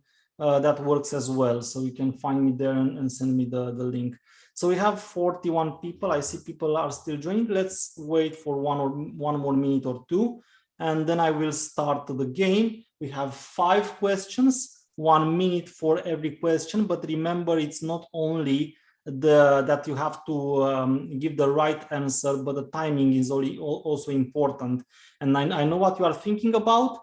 Some of you have a poor connection, but that's part of the game, guys. So don't get upset because of that. That's how it works. So we take it as part of the game. The fact that you might answer, you might not answer fast, not because of you, but because of the latency. Take it as part of the game. This is for fun, it's not for competition. And I think it's okay now. So cheers again, and let's start the Kahoot.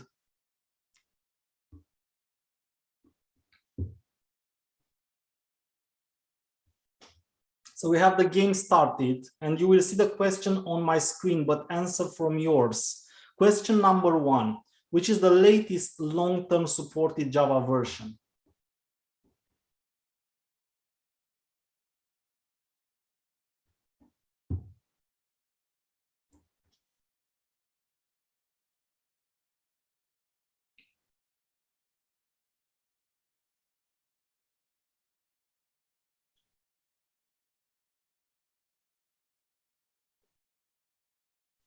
It's pretty much fun. I see your answers flowing here.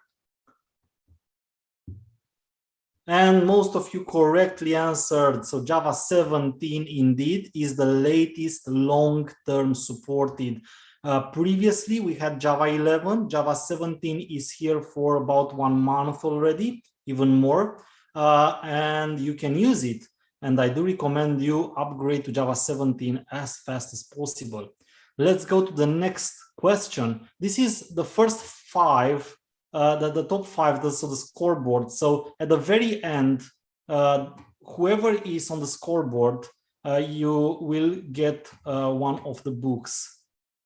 So next, true or false?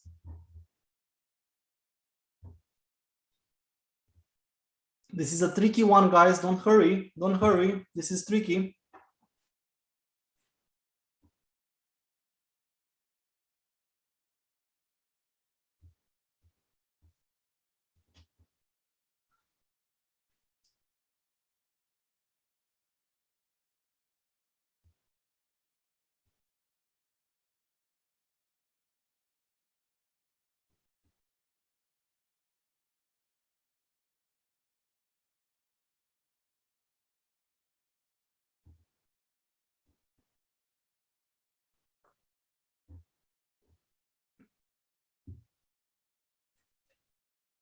So the answer is actually false, and it's tricky because the question says, Does a record define implicit setters? No, it doesn't, because the record is immutable. So actually it does provide implicit getters. But since the fields are final in a record, it made no sense to have setters. So the answer is false due to that.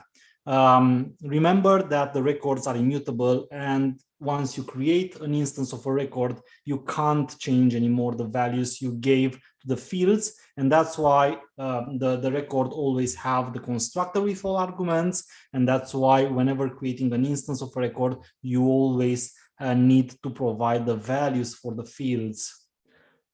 Next question, but before that, let's see how the scoreboard changed. So we have an MC on the first place, then Stefan, Meh, Christina, and Joe.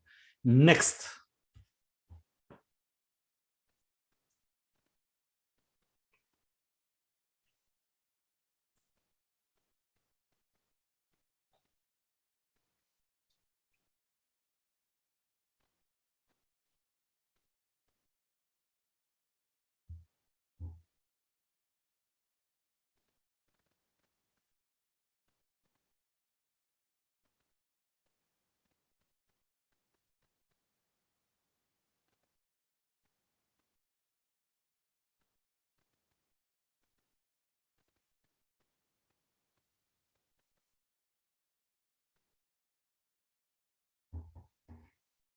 So the record, which is true indeed for this question, almost everyone answered correctly. A class is not necessarily immutable. The interface is just a contract in Java. It's an abstract structure, so you won't even create instances of an interface. You have to implement it.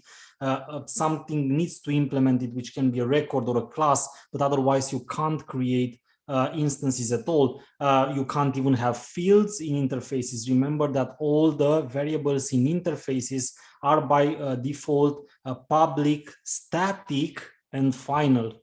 So you can only have static constants there. But the record is an immutable Java type and is basically one of those features that are available with Java 17 now. Let's see how the scoreboard, not a lot, but let's see what changes with the last two questions.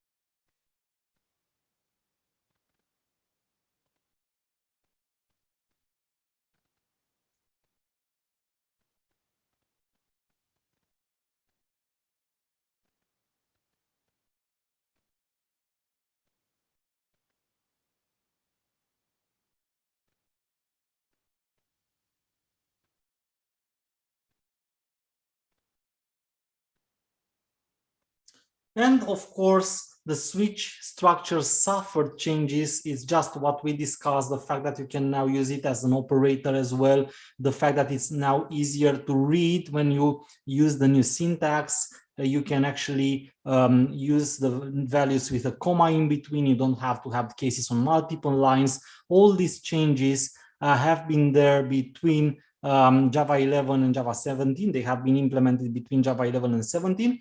So that means you can't use them in Java 11. And here is one more reason why you should upgrade your app to Java 17 as soon as possible. And a little bit, the scoreboard changed. Now it's time to see the last question that will decide our winners. So are you ready? 3, 2, 1, and here is the question. Which is the next Java long-term supported version?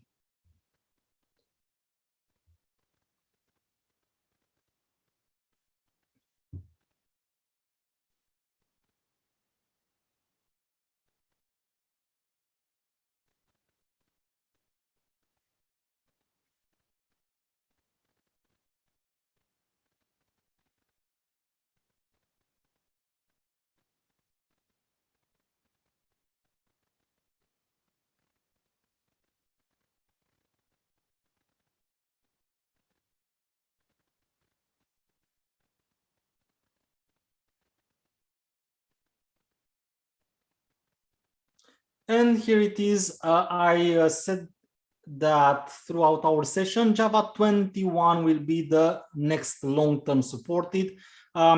With the current release, the current way Java is released, we have a version every 6 months. So the next one will be in March, and then in October, and then again in March. The idea is that not every version is a long-term supported one. So the current one is Java 17. We already have that. The next one will be Java 21. So Java 18, that will be in March next year, it won't be a long-term supported version. Java still has to wait up to Java 21, and all the intermediary versions, they won't be long-term supported. You can use them if you want, but they will not be long-term supported. So do upgrade to Java 17 that has just been released a few weeks ago, and then get prepared and try to use the intermediary versions to learn as much as possible prior to the next long-term supported. That's actually how I do. And then once the next LTS is there, upgrade your apps to use it. Always keep it to the last versions. Many thanks, everyone. Let's see the last podium. So we have place 3, place 2, place 1, and Kahoot should also show us the next 2 because I said first 5. So Christina and Aline are around the sub 4 and 5. How can I actually see the whole thing? Anyway, make a print screen here and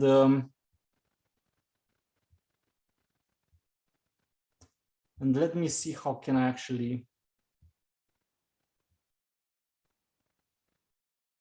make sure I see everything, because I really want you to be able to prove. I think you can actually see your place, and you will be able to make a print screen. So not from my screen, you make a print screen from your screen, okay?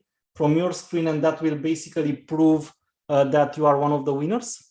So well played, everyone. Thank you very much. This is again my email address. I wrote it in the chat as well, or you can find me on LinkedIn. Print screen your screen, send it to me to prove that you are one of the first 5. So first place to 5th place will get a book. Otherwise, I hope you really enjoyed this session. I hope you will join me also on other channels, Twitter, LinkedIn, and of course, YouTube, where you will find me very often live coding. I hope you enjoyed a lot today, that you learned a lot of things. Thank you very much for all the speakers. Today was an excellent conference day, and that was due to our speakers as well as, of course, our sponsors. So many thanks to everyone. Many thanks to the moderators, the speakers, and the sponsors. Hope you enjoy the day, and see you later. Cheers.